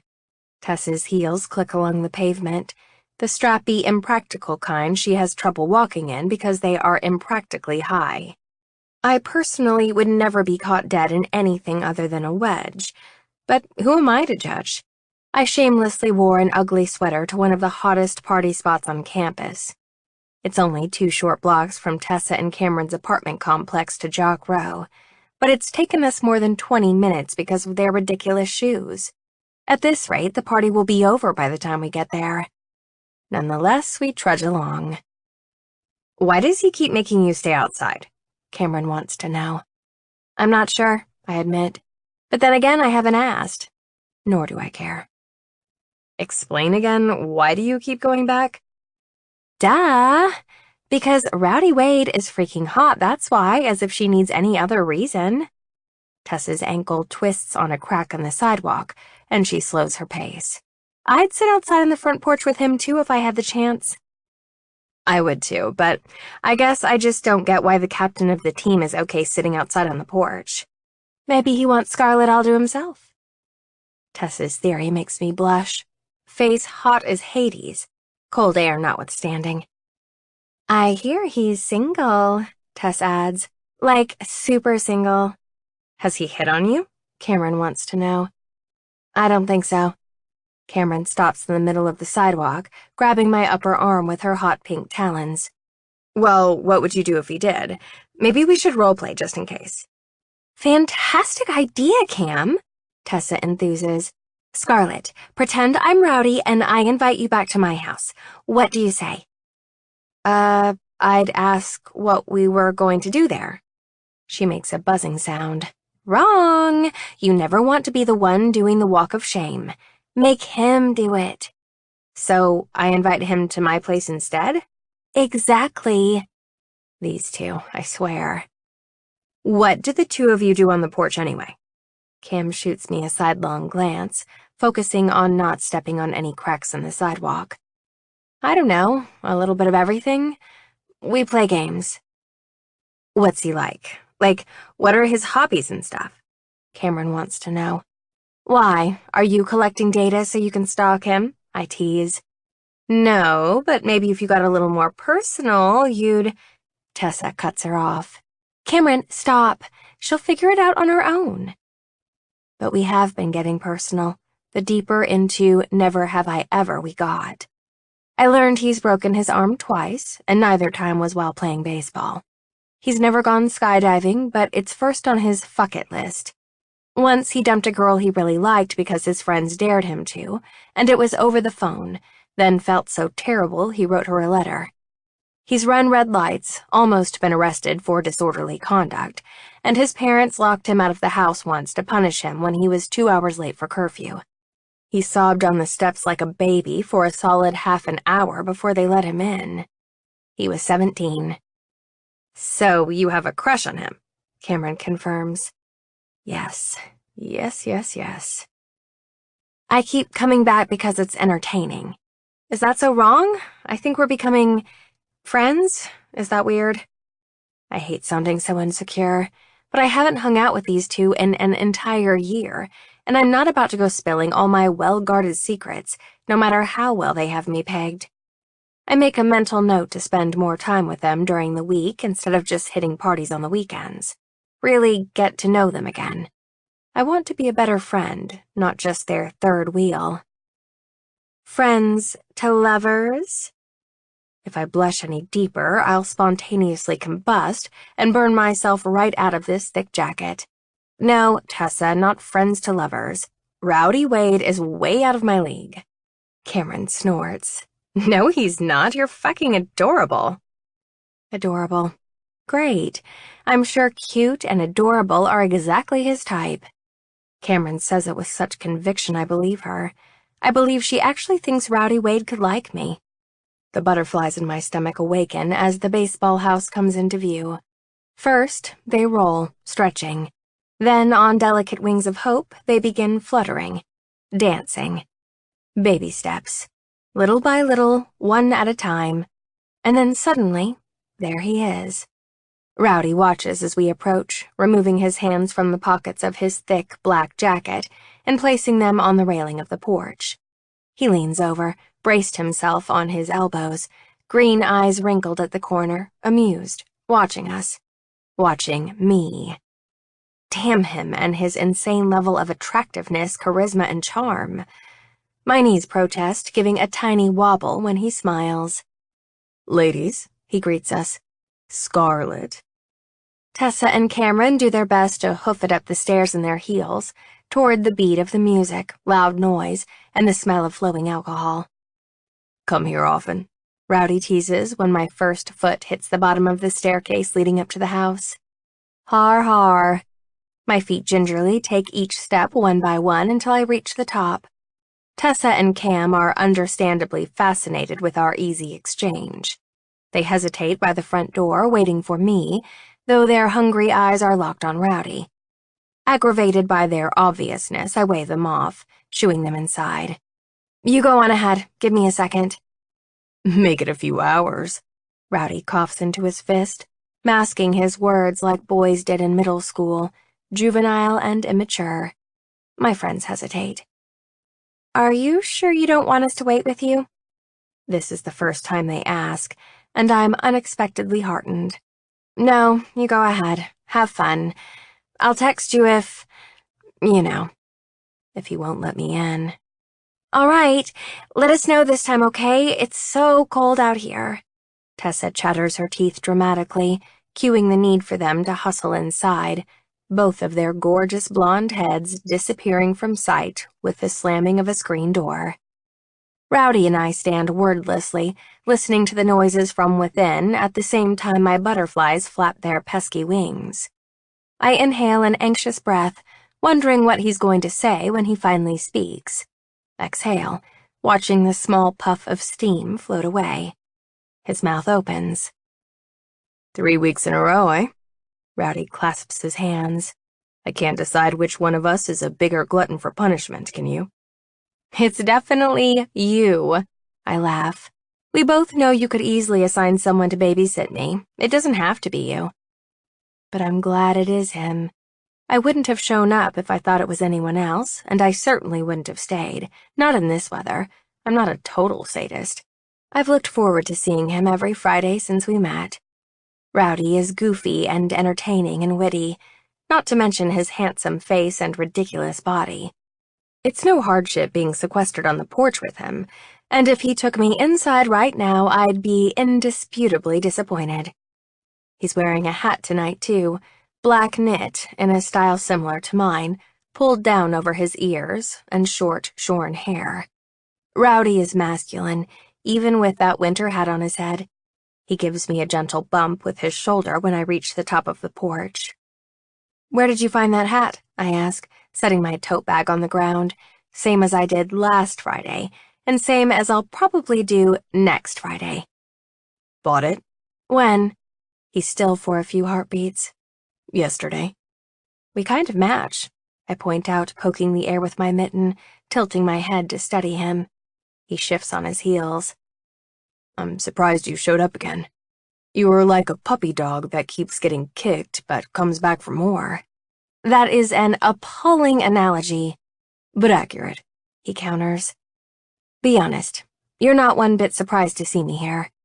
You bought a hat so you'd be warm too. My heart skips a few rhythms, hands go to my hips, sinking into my puffy coat. I wave my mitten around. You should know by now I can't resist a challenge. He leans against the house, a cocky lift to his lips. You consider me a challenge? No, I consider getting inside the house a challenge. Is that the only reason you keep coming back?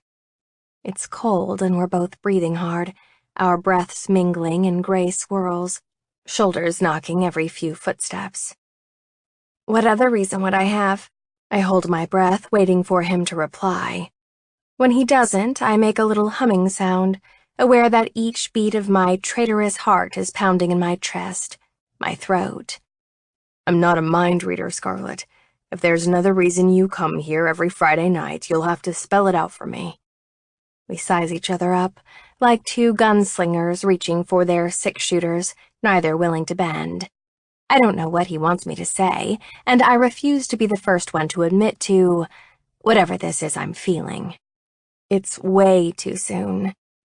It's strangely silent then, the stereo momentarily cutting off inside the house. Voices die down. The indelicate sound of Rowdy's snarling stomach breaks the spell of our stare-down. Seriously, does this guy not eat enough during dinner? You know what I have for you? There are about 5 different ways I could answer that.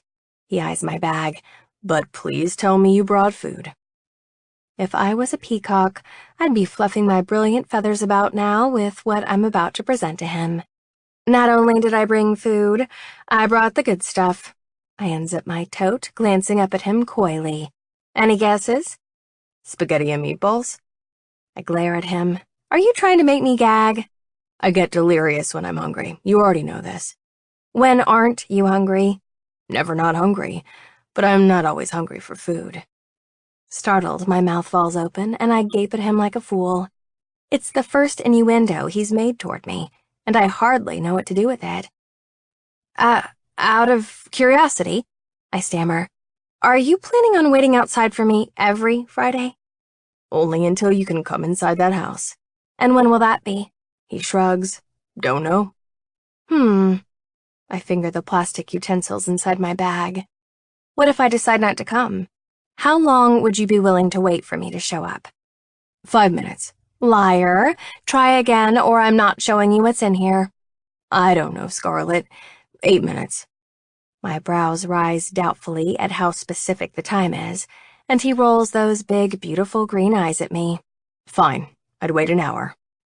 Pause. Maybe a little longer if I knew for sure you were going to show up. He'd wait an hour for me? That's an eternity in college guy years. Satisfied, I dig out 2 white cardboard containers of Chinese takeout, still piping hot, fresh from the joint down the road. I had it delivered right before leaving the house, the rice and chicken and noodles heating my hip on the walk over.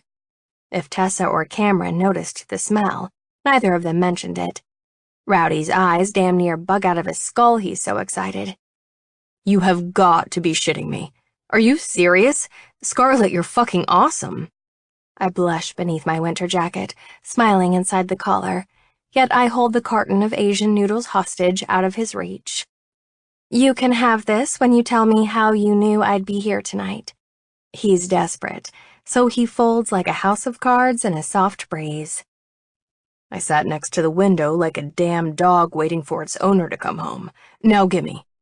I removed my mittens before digging in my bag of tricks, so our fingers touch when I hand him the food, eyes locking before I pull away, brushing away an invisible lock of hair against my cheek. Staring out the window like a goddamn puppy. He shoves a forkful into his mouth, grumbling. Good boy. I reach over and pat him on the shoulder. I hope you like General Tso's chicken. I wasn't sure, so I just brought 2 of my favorites. I'd eat anything, including the ass out of a dead skunk. This is perfection. This whole night is perfection, and if it was something other than what it is, tonight would have been the perfect date. We eat in silence as I mull over what the ass of a dead skunk might taste like, and where the hell he comes up with his analogies, and how he had the balls to eat meatballs out of a dumpster. Oh, shit, he laments. I'm the worst host. Rowdy stands, dragging the cooler closer to the stairs, patting the top with the palm of his hand, cajoling. Here, have a seat. I plop down, container in my lap, steam rising into the night air, forking the noodles into my mouth. What's that you're eating? He's staring rudely into my container, making love to it with his wanton gaze. Shrimp lo mein. Rowdy licks his lips, interested. Would it be uncouth of me to suggest a trade? Uncouth? Honestly, what guy talks like that? You want to trade? Now? Not right now. You eat half of yours, and I'll eat half of mine, and then we'll switch. You're not afraid of germs? One thick brow goes up, along with the right side of his pouty lips. Remember that story about how I ate meatballs out of a dumpster? The visual will linger in my mind forever. I'm clean, promise. 2 of his fingers get lifted in the air. STD and drug-free, tested monthly. My God, I laugh, choking. Wave my hands around for air, dying dramatically. Water! Water! Watch your back, I might let you choke. I'm not hungry. I shoot him a glare, still coughing. You, cough, are, cough, the worst. Cough. So you keep pointing out. He sees an opportunity, seizing it to capitalize on my weakness, grabbing my carton as I hunch over on the cooler, choking and laughing and gasping for breath. Stabs his fork into my lo mein, piercing a shrimp and popping it into his fat face. You horse's ass, give me back my dinner. I can't even swat at him, I'm laughing so hard, eyes watering. Rowdy pushes at my forehead to keep me at bay, to keep me from grabbing my dinner back like an annoying older brother, the palm of his giant hand singeing my skin. I can't stop laughing, not even when he tips the container toward his face, shoveling the contents into his open mouth, spilling noodles on his jacket in his haste to beat the clock. It's disgusting. It's hilarious. When he finally comes up for air, his face is a mess, chunks of celery and carrots stuck to his chin, just below his bottom lip. I can't even look at you right now, you're so gross. I told you I was hungry, I wasn't fucking around. I'm never bringing you food again. I lie. You have 0 manners, and I didn't bring any napkins. I wasn't expecting you to be such a slob. He couldn't care less. Come on, that was funny. Maybe this is the reason you're single, I tease, watching as he tries to lick the sauce off his chin, pink tongue darting out. Who would kiss that face? I'm not single because I have bad manners, and trust me, plenty of girls have wanted to do more than kiss this face. Sadly, he's not even bragging. He's just stating a fact, and we both know it. Everyone knows jocks make bad boyfriends. What the hell would make you say that? His head gives a sad little shake at the same time he stuffs more noodles into his waiting mouth. Where are you getting your facts? The power of observation. Fact. Plenty of those guys inside are in relationships. My brows go up, interested. Is that so? Well, no. He laughs, but that doesn't mean they'd make shitty boyfriends. I smack his arm, palm lingering on his forearm. If you had to guess how many guys on the baseball team were in actual committed relationships, how many would you say it was? Ballpark it. Ha ha, very punny. He tosses his white carton into a giant garbage can at the end of the porch, trying to grab mine back. I don't know, 5? My laugh cuts into the dark, clear as a bell, rising above the sound of the music from inside the house. Out of how many players? 30? Well, I smirk, digging my plastic fork into the white container, digging around for what's left of my noodles. You are pretty damn adorable, I'll give you that. Rowdy cups his ear with his giant man hand to better hear me with. Say again, talk into my good ear. I demur, avoiding his blazing green eyes. Say what again? You just admitted you think I'm sexy. I never called you sexy. I laugh, nudge him in the bicep when he scoots closer on the cooler beside me, taking up most of the space with his massive thighs. They burn holes into the legs of my pants, from the tops of my thighs down to my ankles. Zing! Sizzle. Your mama better get you to the otolaryngologist and have your hearing checked. I said you were adorable. God, you and your giant inflated ego. I'm surprised you haven't drifted off into the clouds. I'm sorry, but I cannot see the difference between adorable and sexy. I mean, really, how does a person not roll their eyes at him a million times? I think you're adorable. He's leaning forward, hands braced on his knees, neck craned toward me, green eyes unflinching. Cute adorable or sexy adorable? I almost choke again, holding my breath, waiting for his answer, heart beating so fast I actually lose oxygen. His nostrils flare. Scarlet. But we're interrupted, just like in every cliché movie where two people sharing Chinese takeout who are about to kiss for the first time in the freezing cold always are. Two girls push through the front door, and for a split second I think it's Tessa and Cam. It's not. Both girls are decked out in high heels and short dresses, way too skimpy for the cold pre-winter weather we've been having, and I bury myself deeper into my puffy coat, self-conscious. These girls are blatantly flaunting their sexuality, while I'm bundled up like I'm waiting for the blizzard of the century to hit town, holding a steaming pile of carbs with a side of soy sauce. Slightly embarrassed for the first time in 3 weeks, I pull at my gray knit cap, annoyed that I even care, that I'm having insecure thoughts in the first place. It's so unlike me. One of the girls, she's beautiful and willowy and aggressive, if her stance is any indication, stops when she sees Rowdy, jutting out her hip, posing, toe of her high heel pointed at the floor. "How's it going, Rowdy?" She's chewing gum and lets it snap. He takes a few seconds to reply, whole demeanor changing. "Vanessa, right?" She nods, pleased when Rowdy spares her a glance, flipping her platinum blonde locks to one side, posturing. "You inside with Levinson?" He asks the question slowly, deliberately. Vanessa's red-lipped, self-righteous smile falters, fades like the ombre tips of her hair. "Yeah." I dig into my Chinese food with my fork, pretending not to listen. But if I were a GIF, I'd be the Michael Jackson eating popcorn in a movie theater one, so engrossed am I.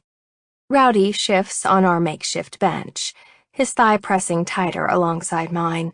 It's thick and warm and right there, touching me. He covers my hand with his, stealing away my fork, eyes never leaving Vanessa's face as he delivers his next line.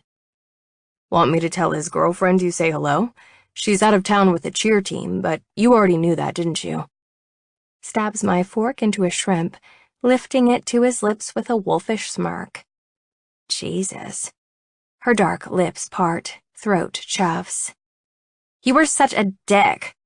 Vanessa grabs her friend by the arm, dragging her toward the steps, hightailing it down the stairs, lumbering on their perilously unsteady shoes. Only when they're finally out of sight do I speak. "Wow," I steal back my fork.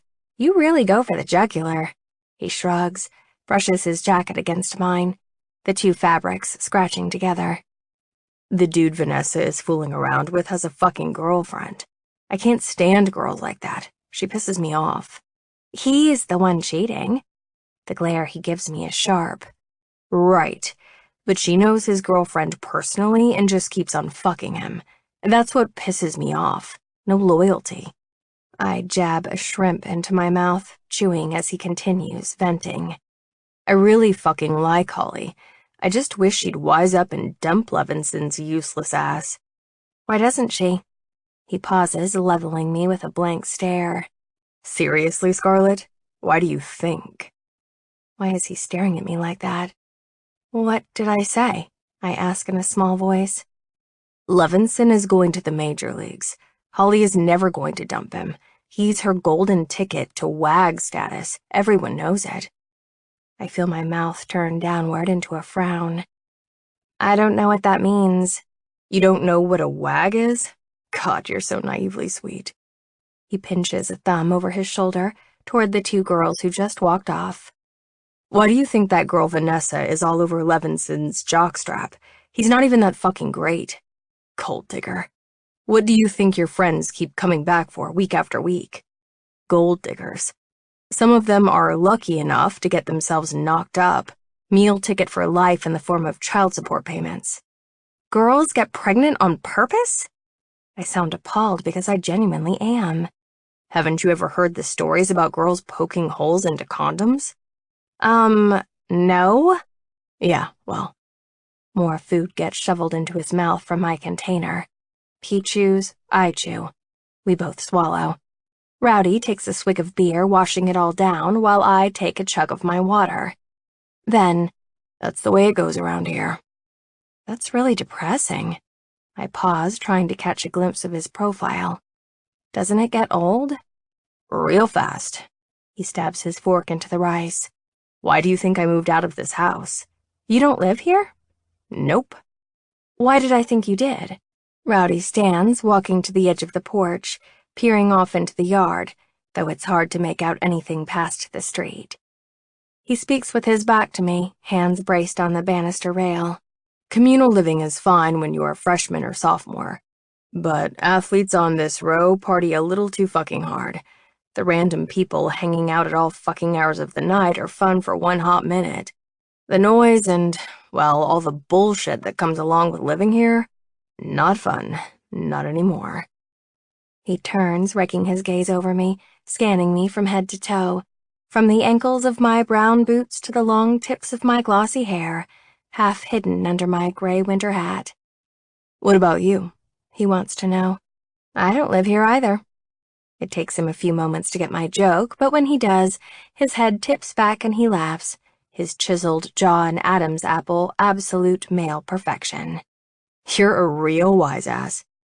His smile is warm, and I catch him biting his bottom lip when he turns back toward the street. Loud laughter is amplified when the door to the house flies open again, the music spilling into our perfect moment like toxic waste, along with a small group of co-eds. The inebriated group stumbles to the stairs, hanging on to each other, raucous laughter, barely making it to the bottom without breaking their necks, barely making it to the sidewalk still standing. I'm half expecting some of them to begin crawling. Rowdy frowns under the dim porch lights, his eyes trailing their movements, watching them warily. This is the shit I'm talking about. I can barely hear him. Don't you guys get busted having parties all the time? I ask his back. Sometimes. His broad shoulders move up and down. But mostly no. How? I mean, the music is so loud. Who's going to call the cops on us, Scarlett? The rugby house next door? The football players across the street? He leans toward me, reaching with his long limbs, stretching until he reaches me, pilfering my bottle of water, chugs it. I watch, riveted, as the corded muscles of his tan throat work the water down, only glancing away when he swallows, crushes the plastic bottle between his two hands. The other teams party like this when it's their off-season, too. Makes sense. Who wouldn't? You guys work hard. My eyes hit the house across the street, its dim lights shining through the windows, but otherwise little activity. That house across the street you're staring at? He asks. 10 football players live there. 10? How can that possibly be? The place is tiny. I continue to study the pitch-black house. Seems quiet to me. 'Cause half of them are inside this house, probably shit-faced. We're going to have to physically take some of them home later. The other half are obeying their curfew. What about you? What about me? What kind of player are you? A rule breaker, or do you play by the rules? Pause.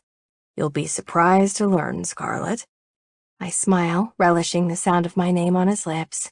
That as team captain, it's my obligation to set a good example for the rest of my team, especially for the incoming freshmen and walk-on players. Sounds noble. It's not all shits and gigs. Their responsibility blows. I study him, trying to read his face, handing him a fresh bottle of water and cracking open one for myself. Never have I ever broken a rule and lied about it. He studies me back, lifting the bottle to his mouth and taking a healthy gulp. Which one? I want to know. I used to break curfew a lot when I was a freshman. A lot. And a few times I helped sneak girls into the hotel during away games. We call that road sex, by the way. There's a long pause as he considers his numerous infractions. Sometimes we go out drinking during the season when we're not supposed to. Not supposed to? I thought it was a free-for-all. The shaking of his head indicates the contrary. We're given one night a week to go out. Just one. I didn't know that. Yeah, usually it's a Saturday. He makes a box with his hands, using his fingers to create the corners.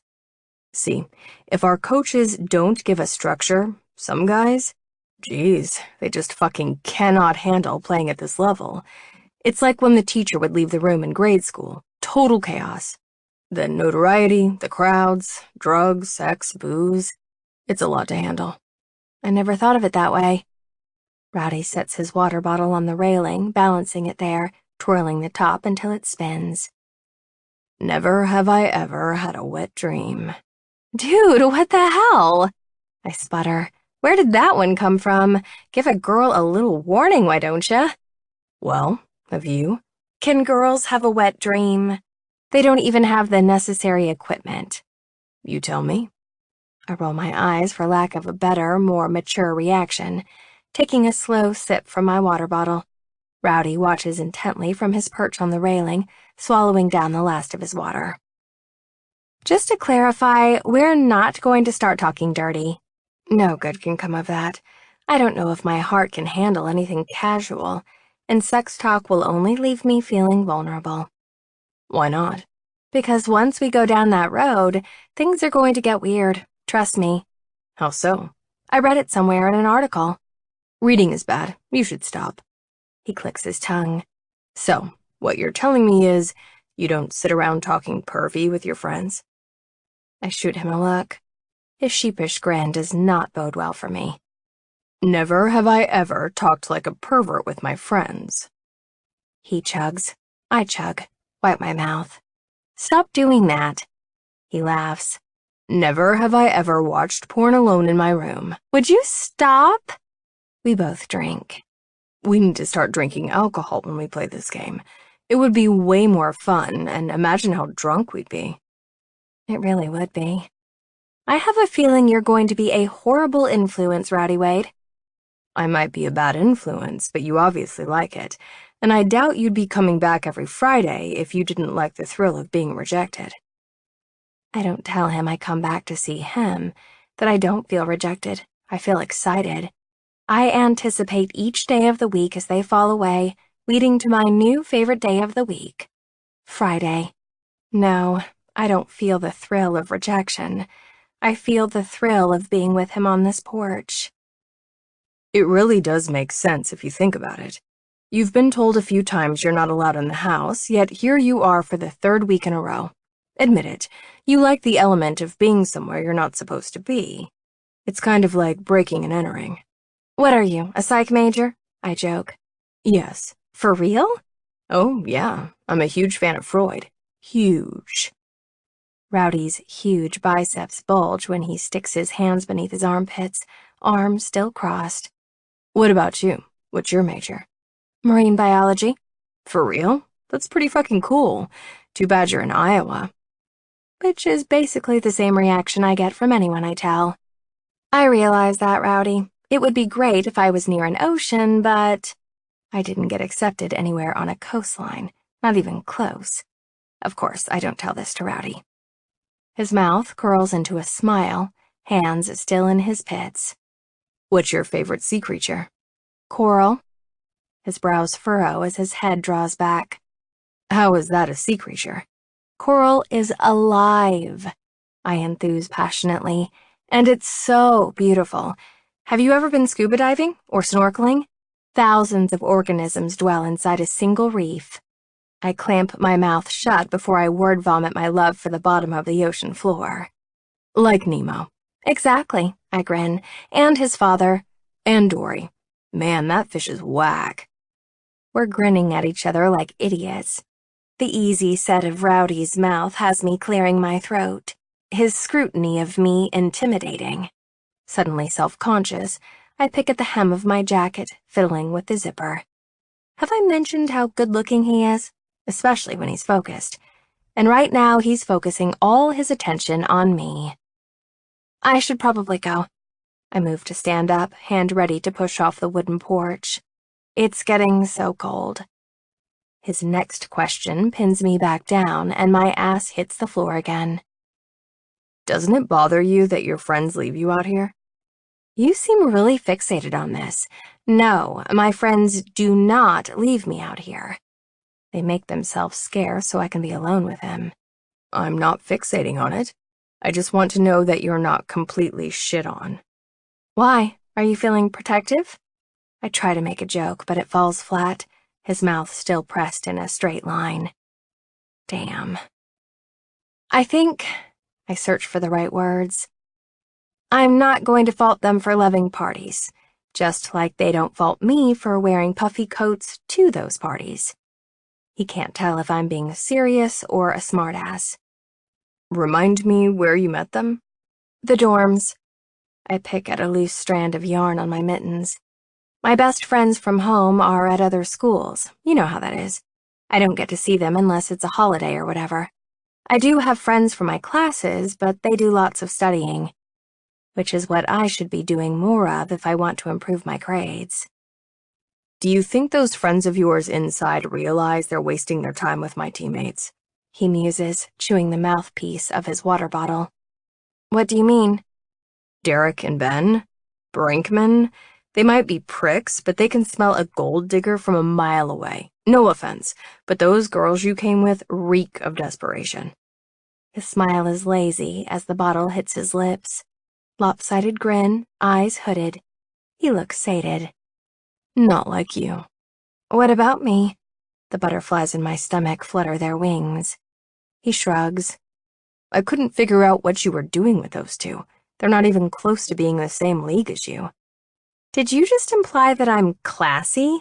Why is that so hard to believe? I readjust myself, trying to get more comfortable on the hard ground, repositioning my legs. You know, when the three of us were freshmen, we used to have way more fun. It wasn't about guys and parties and hooking up. What'd you do? Have, like, slumber parties and shit? Something like that. I laugh, biting back my smile, pausing with a new train of thought. You know what I couldn't stop thinking about when Ben and Derek were hitting on my friends? What? All I could think about was what it would be like to date them. They were so boring, no personalities. How so? Ben kept lying about the dumbest shit, like winning the title for the College World Series, and his pickup lines were so terrible, even I knew the punchlines. Zero effort. Do you know what that tells me, Rowdy Wade? Rowdy shifts on the railing. What does that tell you? He's going to be selfish in bed. At this point, I'm wishing I'd gone with a beer instead of water. I bet he's not a giver.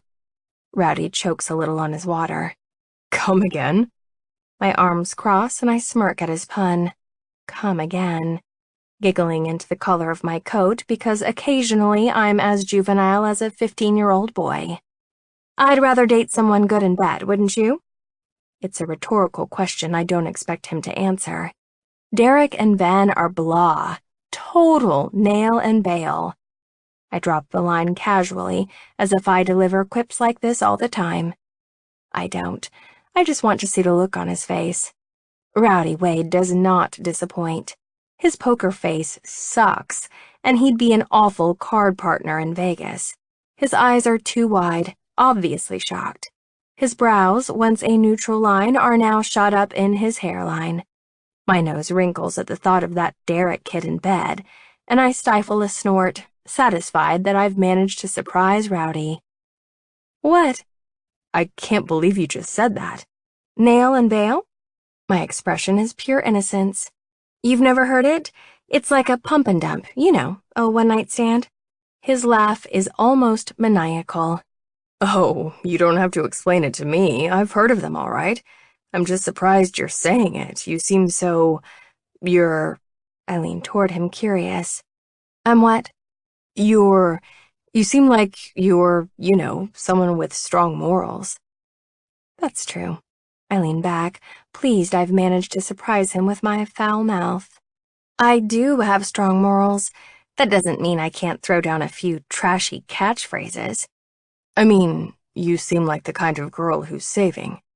What do you mean? I'm not saving myself. I just haven't found anyone I wanted to lose my virginity to, although I did come close after senior prom in high school. He was cute and we'd been casually dating, so I let him rent a hotel room and plan the whole thing. Things went south when he tried to get me drunk, so gentlemanly, and instead we ended up fighting about all the liquor and condoms he'd brought. Fun fact about me, I'm a virgin. All my pleasure parts are intact, never been breached, unfortunately.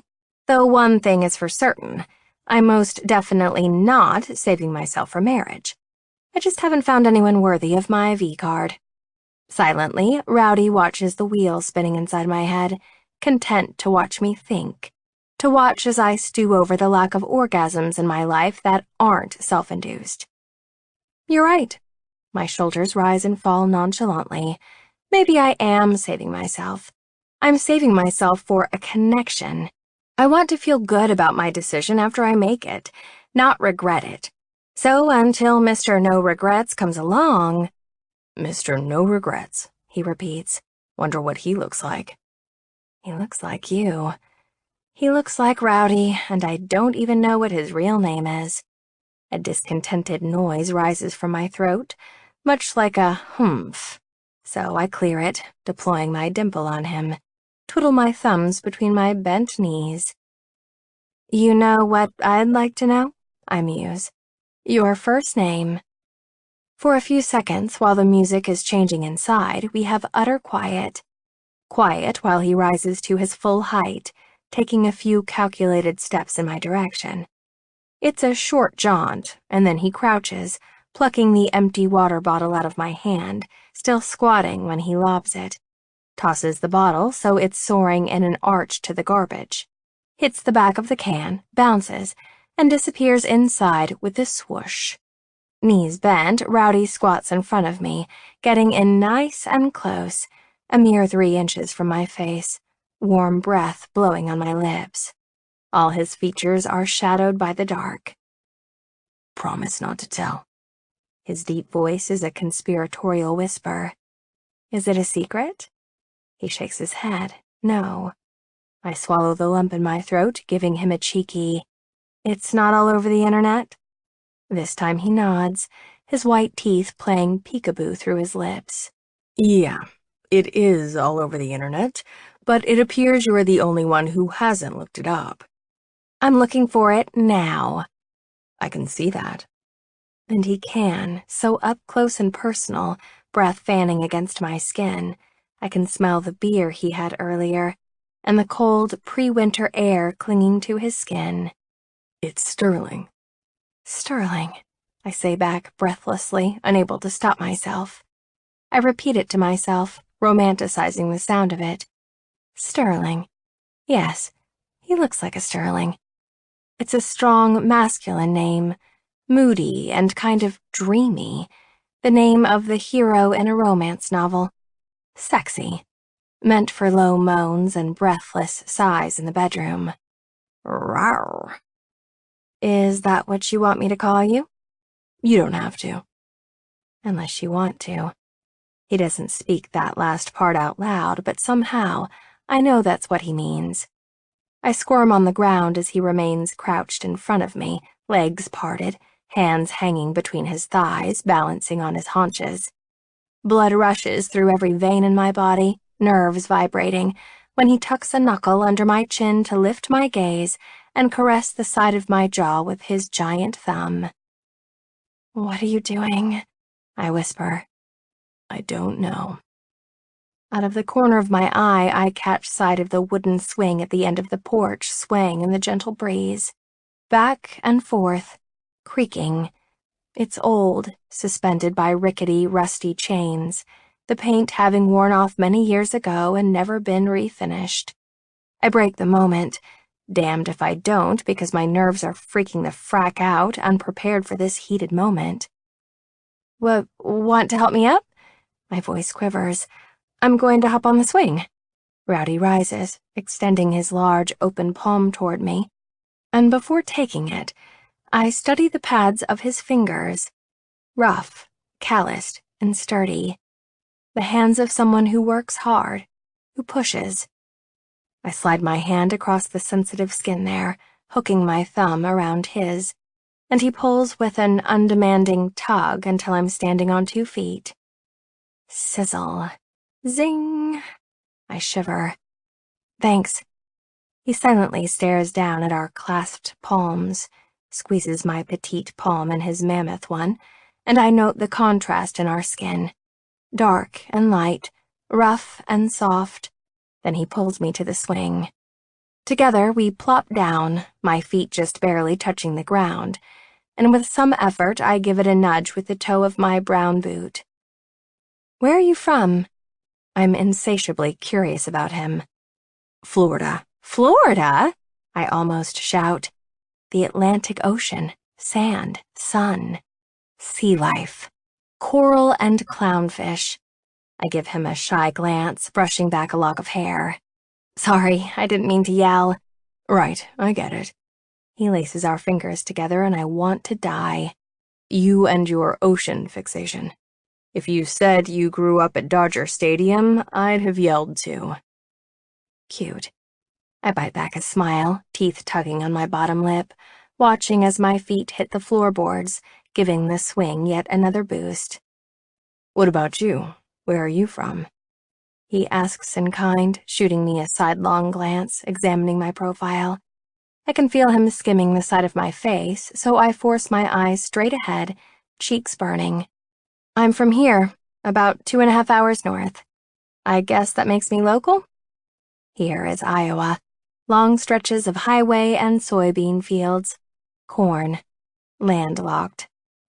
Why didn't you stay in Florida? I ask the night sky, searching out the stars among clusters of gray clouds. Isn't their baseball program decent? Better than decent, it's phenomenal. I've heard my dad wax poetic about it a dozen times when my family expected me to attend FSU. Tallahassee? Yeah, they're decent. He's being modest. The university is top 5 for baseball in the nation. But they didn't offer me enough to play there. What part of Florida are you from? Tallahassee. He chuckles ruefully.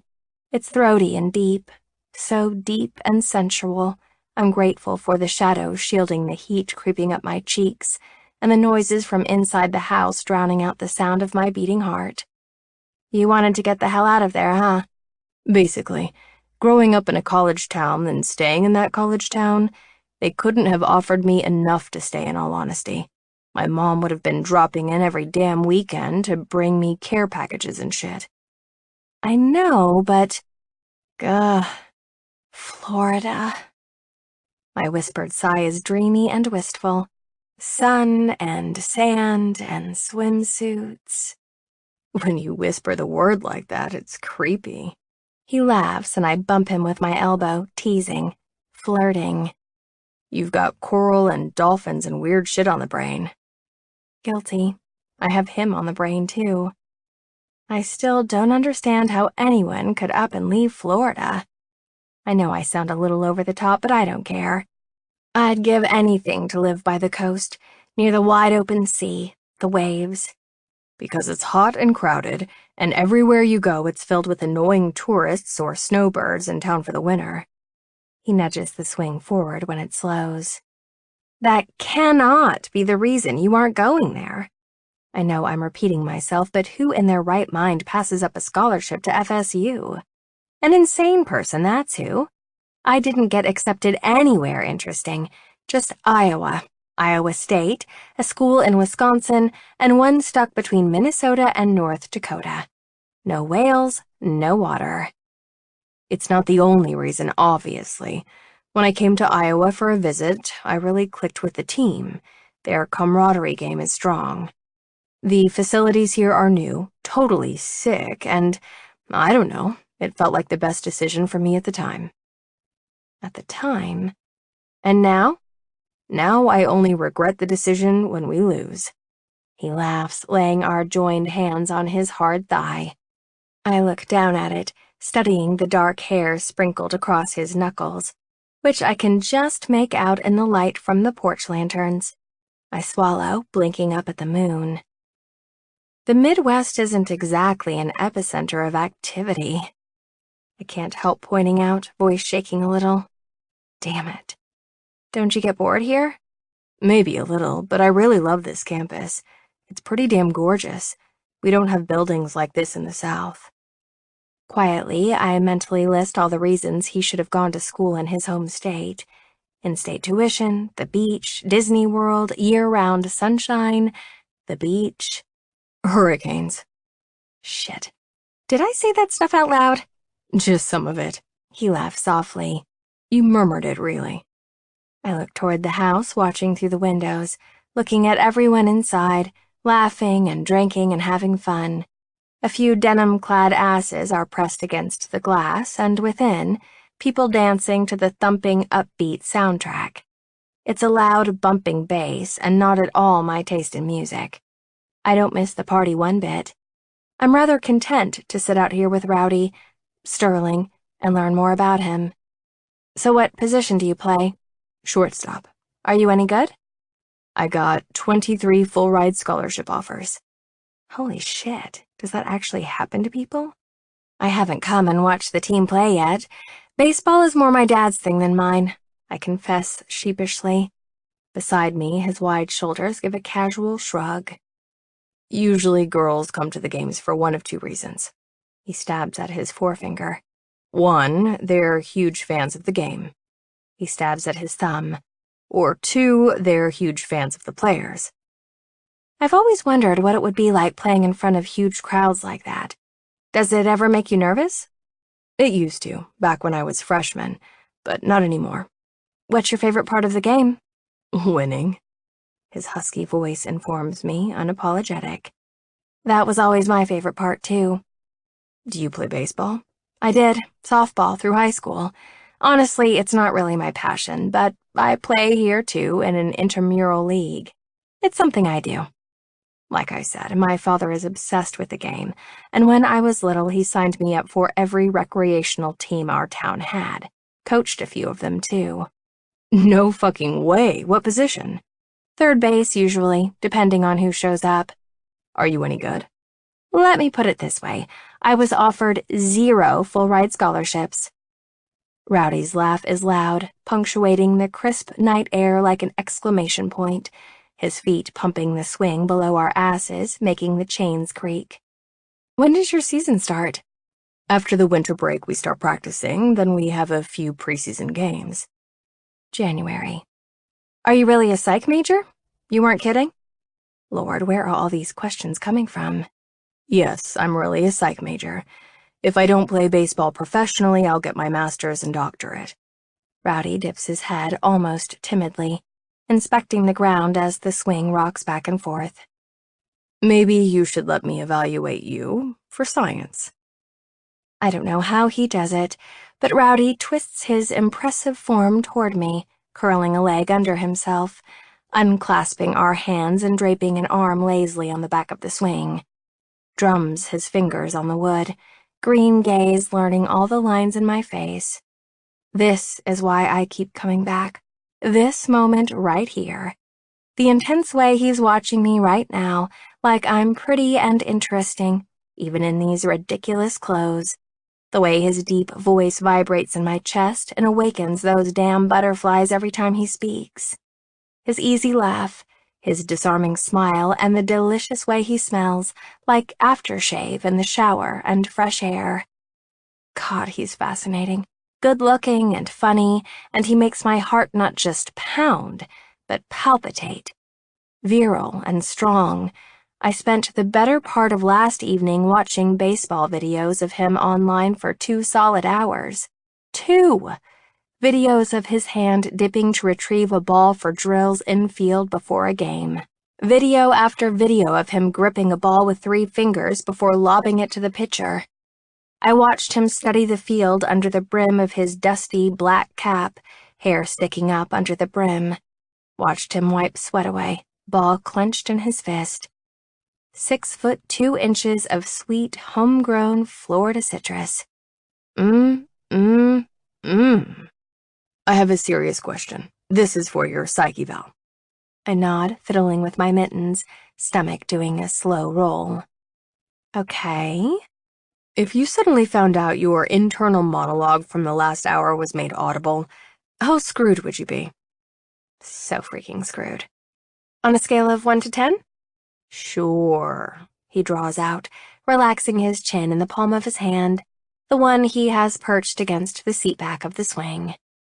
Maybe, 12. I don't know, 5? I hold his stare unblinking, unflinching, his eyes narrow. Are you lying? I force my mouth into a straight line.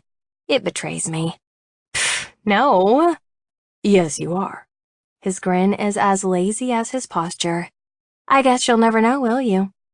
He rolls his eyes at me with a grin, and it's positively endearing. When's the last time you had an indecent thought? 3 minutes ago. I can't remember. Rowdy shakes his head because he knows I'm full of shit. I smile, big and toothy and fake. What about you? Guess you'll never know, will you? He deadpans, parroting me. Damn it. Just tell me, please. I bat my lashes, hoping it looks pretty and not like I have a bug caught in my eye. Last indecent thought.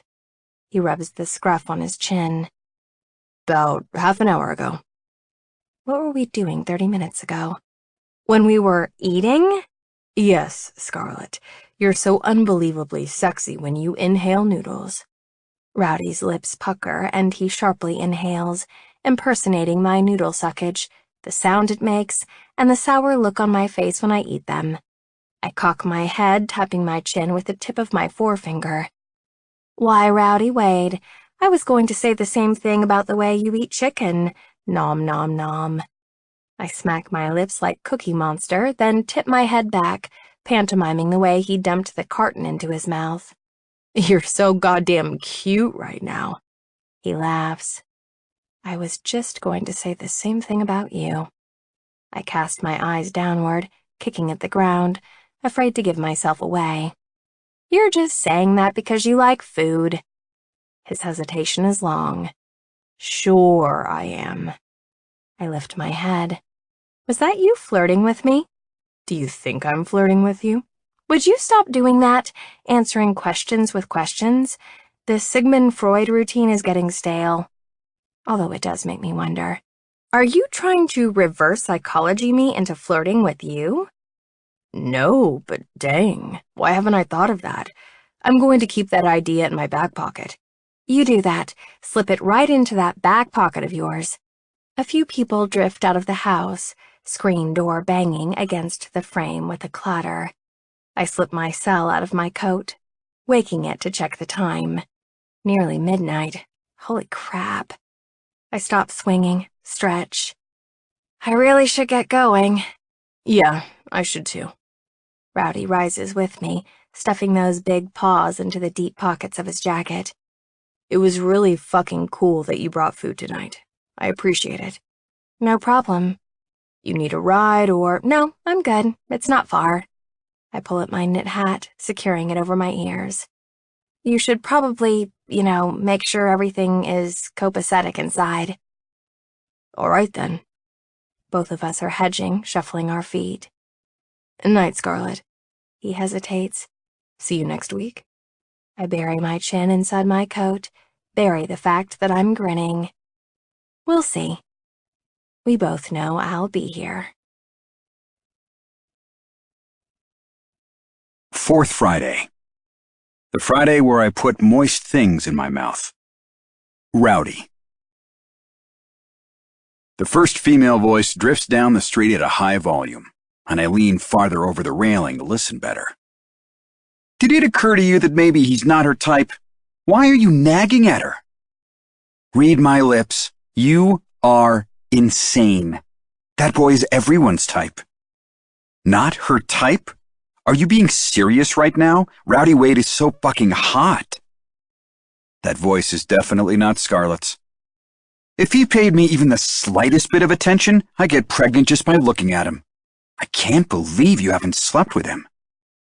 Or, the first voice continues, maybe he's just not that into you. God, I love that movie. Yet another voice cuts in, this one distinctively Scarlett's. I bet I've seen it 70 times. Look at you. I swear, Scarlett, you wear shit like that on purpose. It's cold out. Bet Rowdy could keep you warm. Once the clothes come off, it hardly matters what you left the house wearing. Jesus Christ, why are they so loud? If I can hear every word, no doubt the fucking neighbors can too. Nevertheless, I chuckle. listening to the banter coming my direction from down the sidewalk. The girls are loud enough I hear them before I see them, chattering and laughing, declarations echoing down the very quiet street, the usual weekend activity having been moved to a different location. There is no party here tonight. The girls are earlier than usual, clomping down the street in heels, with purpose, shrouded in the dark until they're illuminated under the first set of street lamps. There are 5 of them, all trussed up like miniature streetwalkers. Correction, all but one. One of them stands out in the crowd of tight dresses and high heels. Only one of them isn't heavily made up. All but one stomps in high heels, clicking and determined against the concrete. Scarlett draws in all my attention in her black and white chucks, thick winter coat, and black leggings, tote bag slung over one shoulder. Who would have fucking thought? I stand straighter at the sight of that bag, wondering what's inside. My stomach as interested as my eyes just became. I know it's food because she's too fucking sweet, and I'm excited. The anticipation has my gut rumbling. Scarlett's recognizable laugh rings out for the second time, unabashed and drifting up the block toward the house, making me smile, making me anxiously shake out the palms of my hands. Too much nervous energy, I muse, dismissing the actions. I missed my run this morning, that's all. Nothing else to it. 100 feet, 80, 30 more. Come on, come on. I bounce on the balls of my feet, hands crammed in the pockets of my jeans. 10 feet, 5. Her hair is screwed up into 2 buns atop her head, and as they get even closer, I make out furry earmuffs pulled down over her ears. They're black, the fur wispy, lightly grazing her cheeks. The buns and the earmuffs, a goddamn adorable combination. I could eat her up. My smile broadens.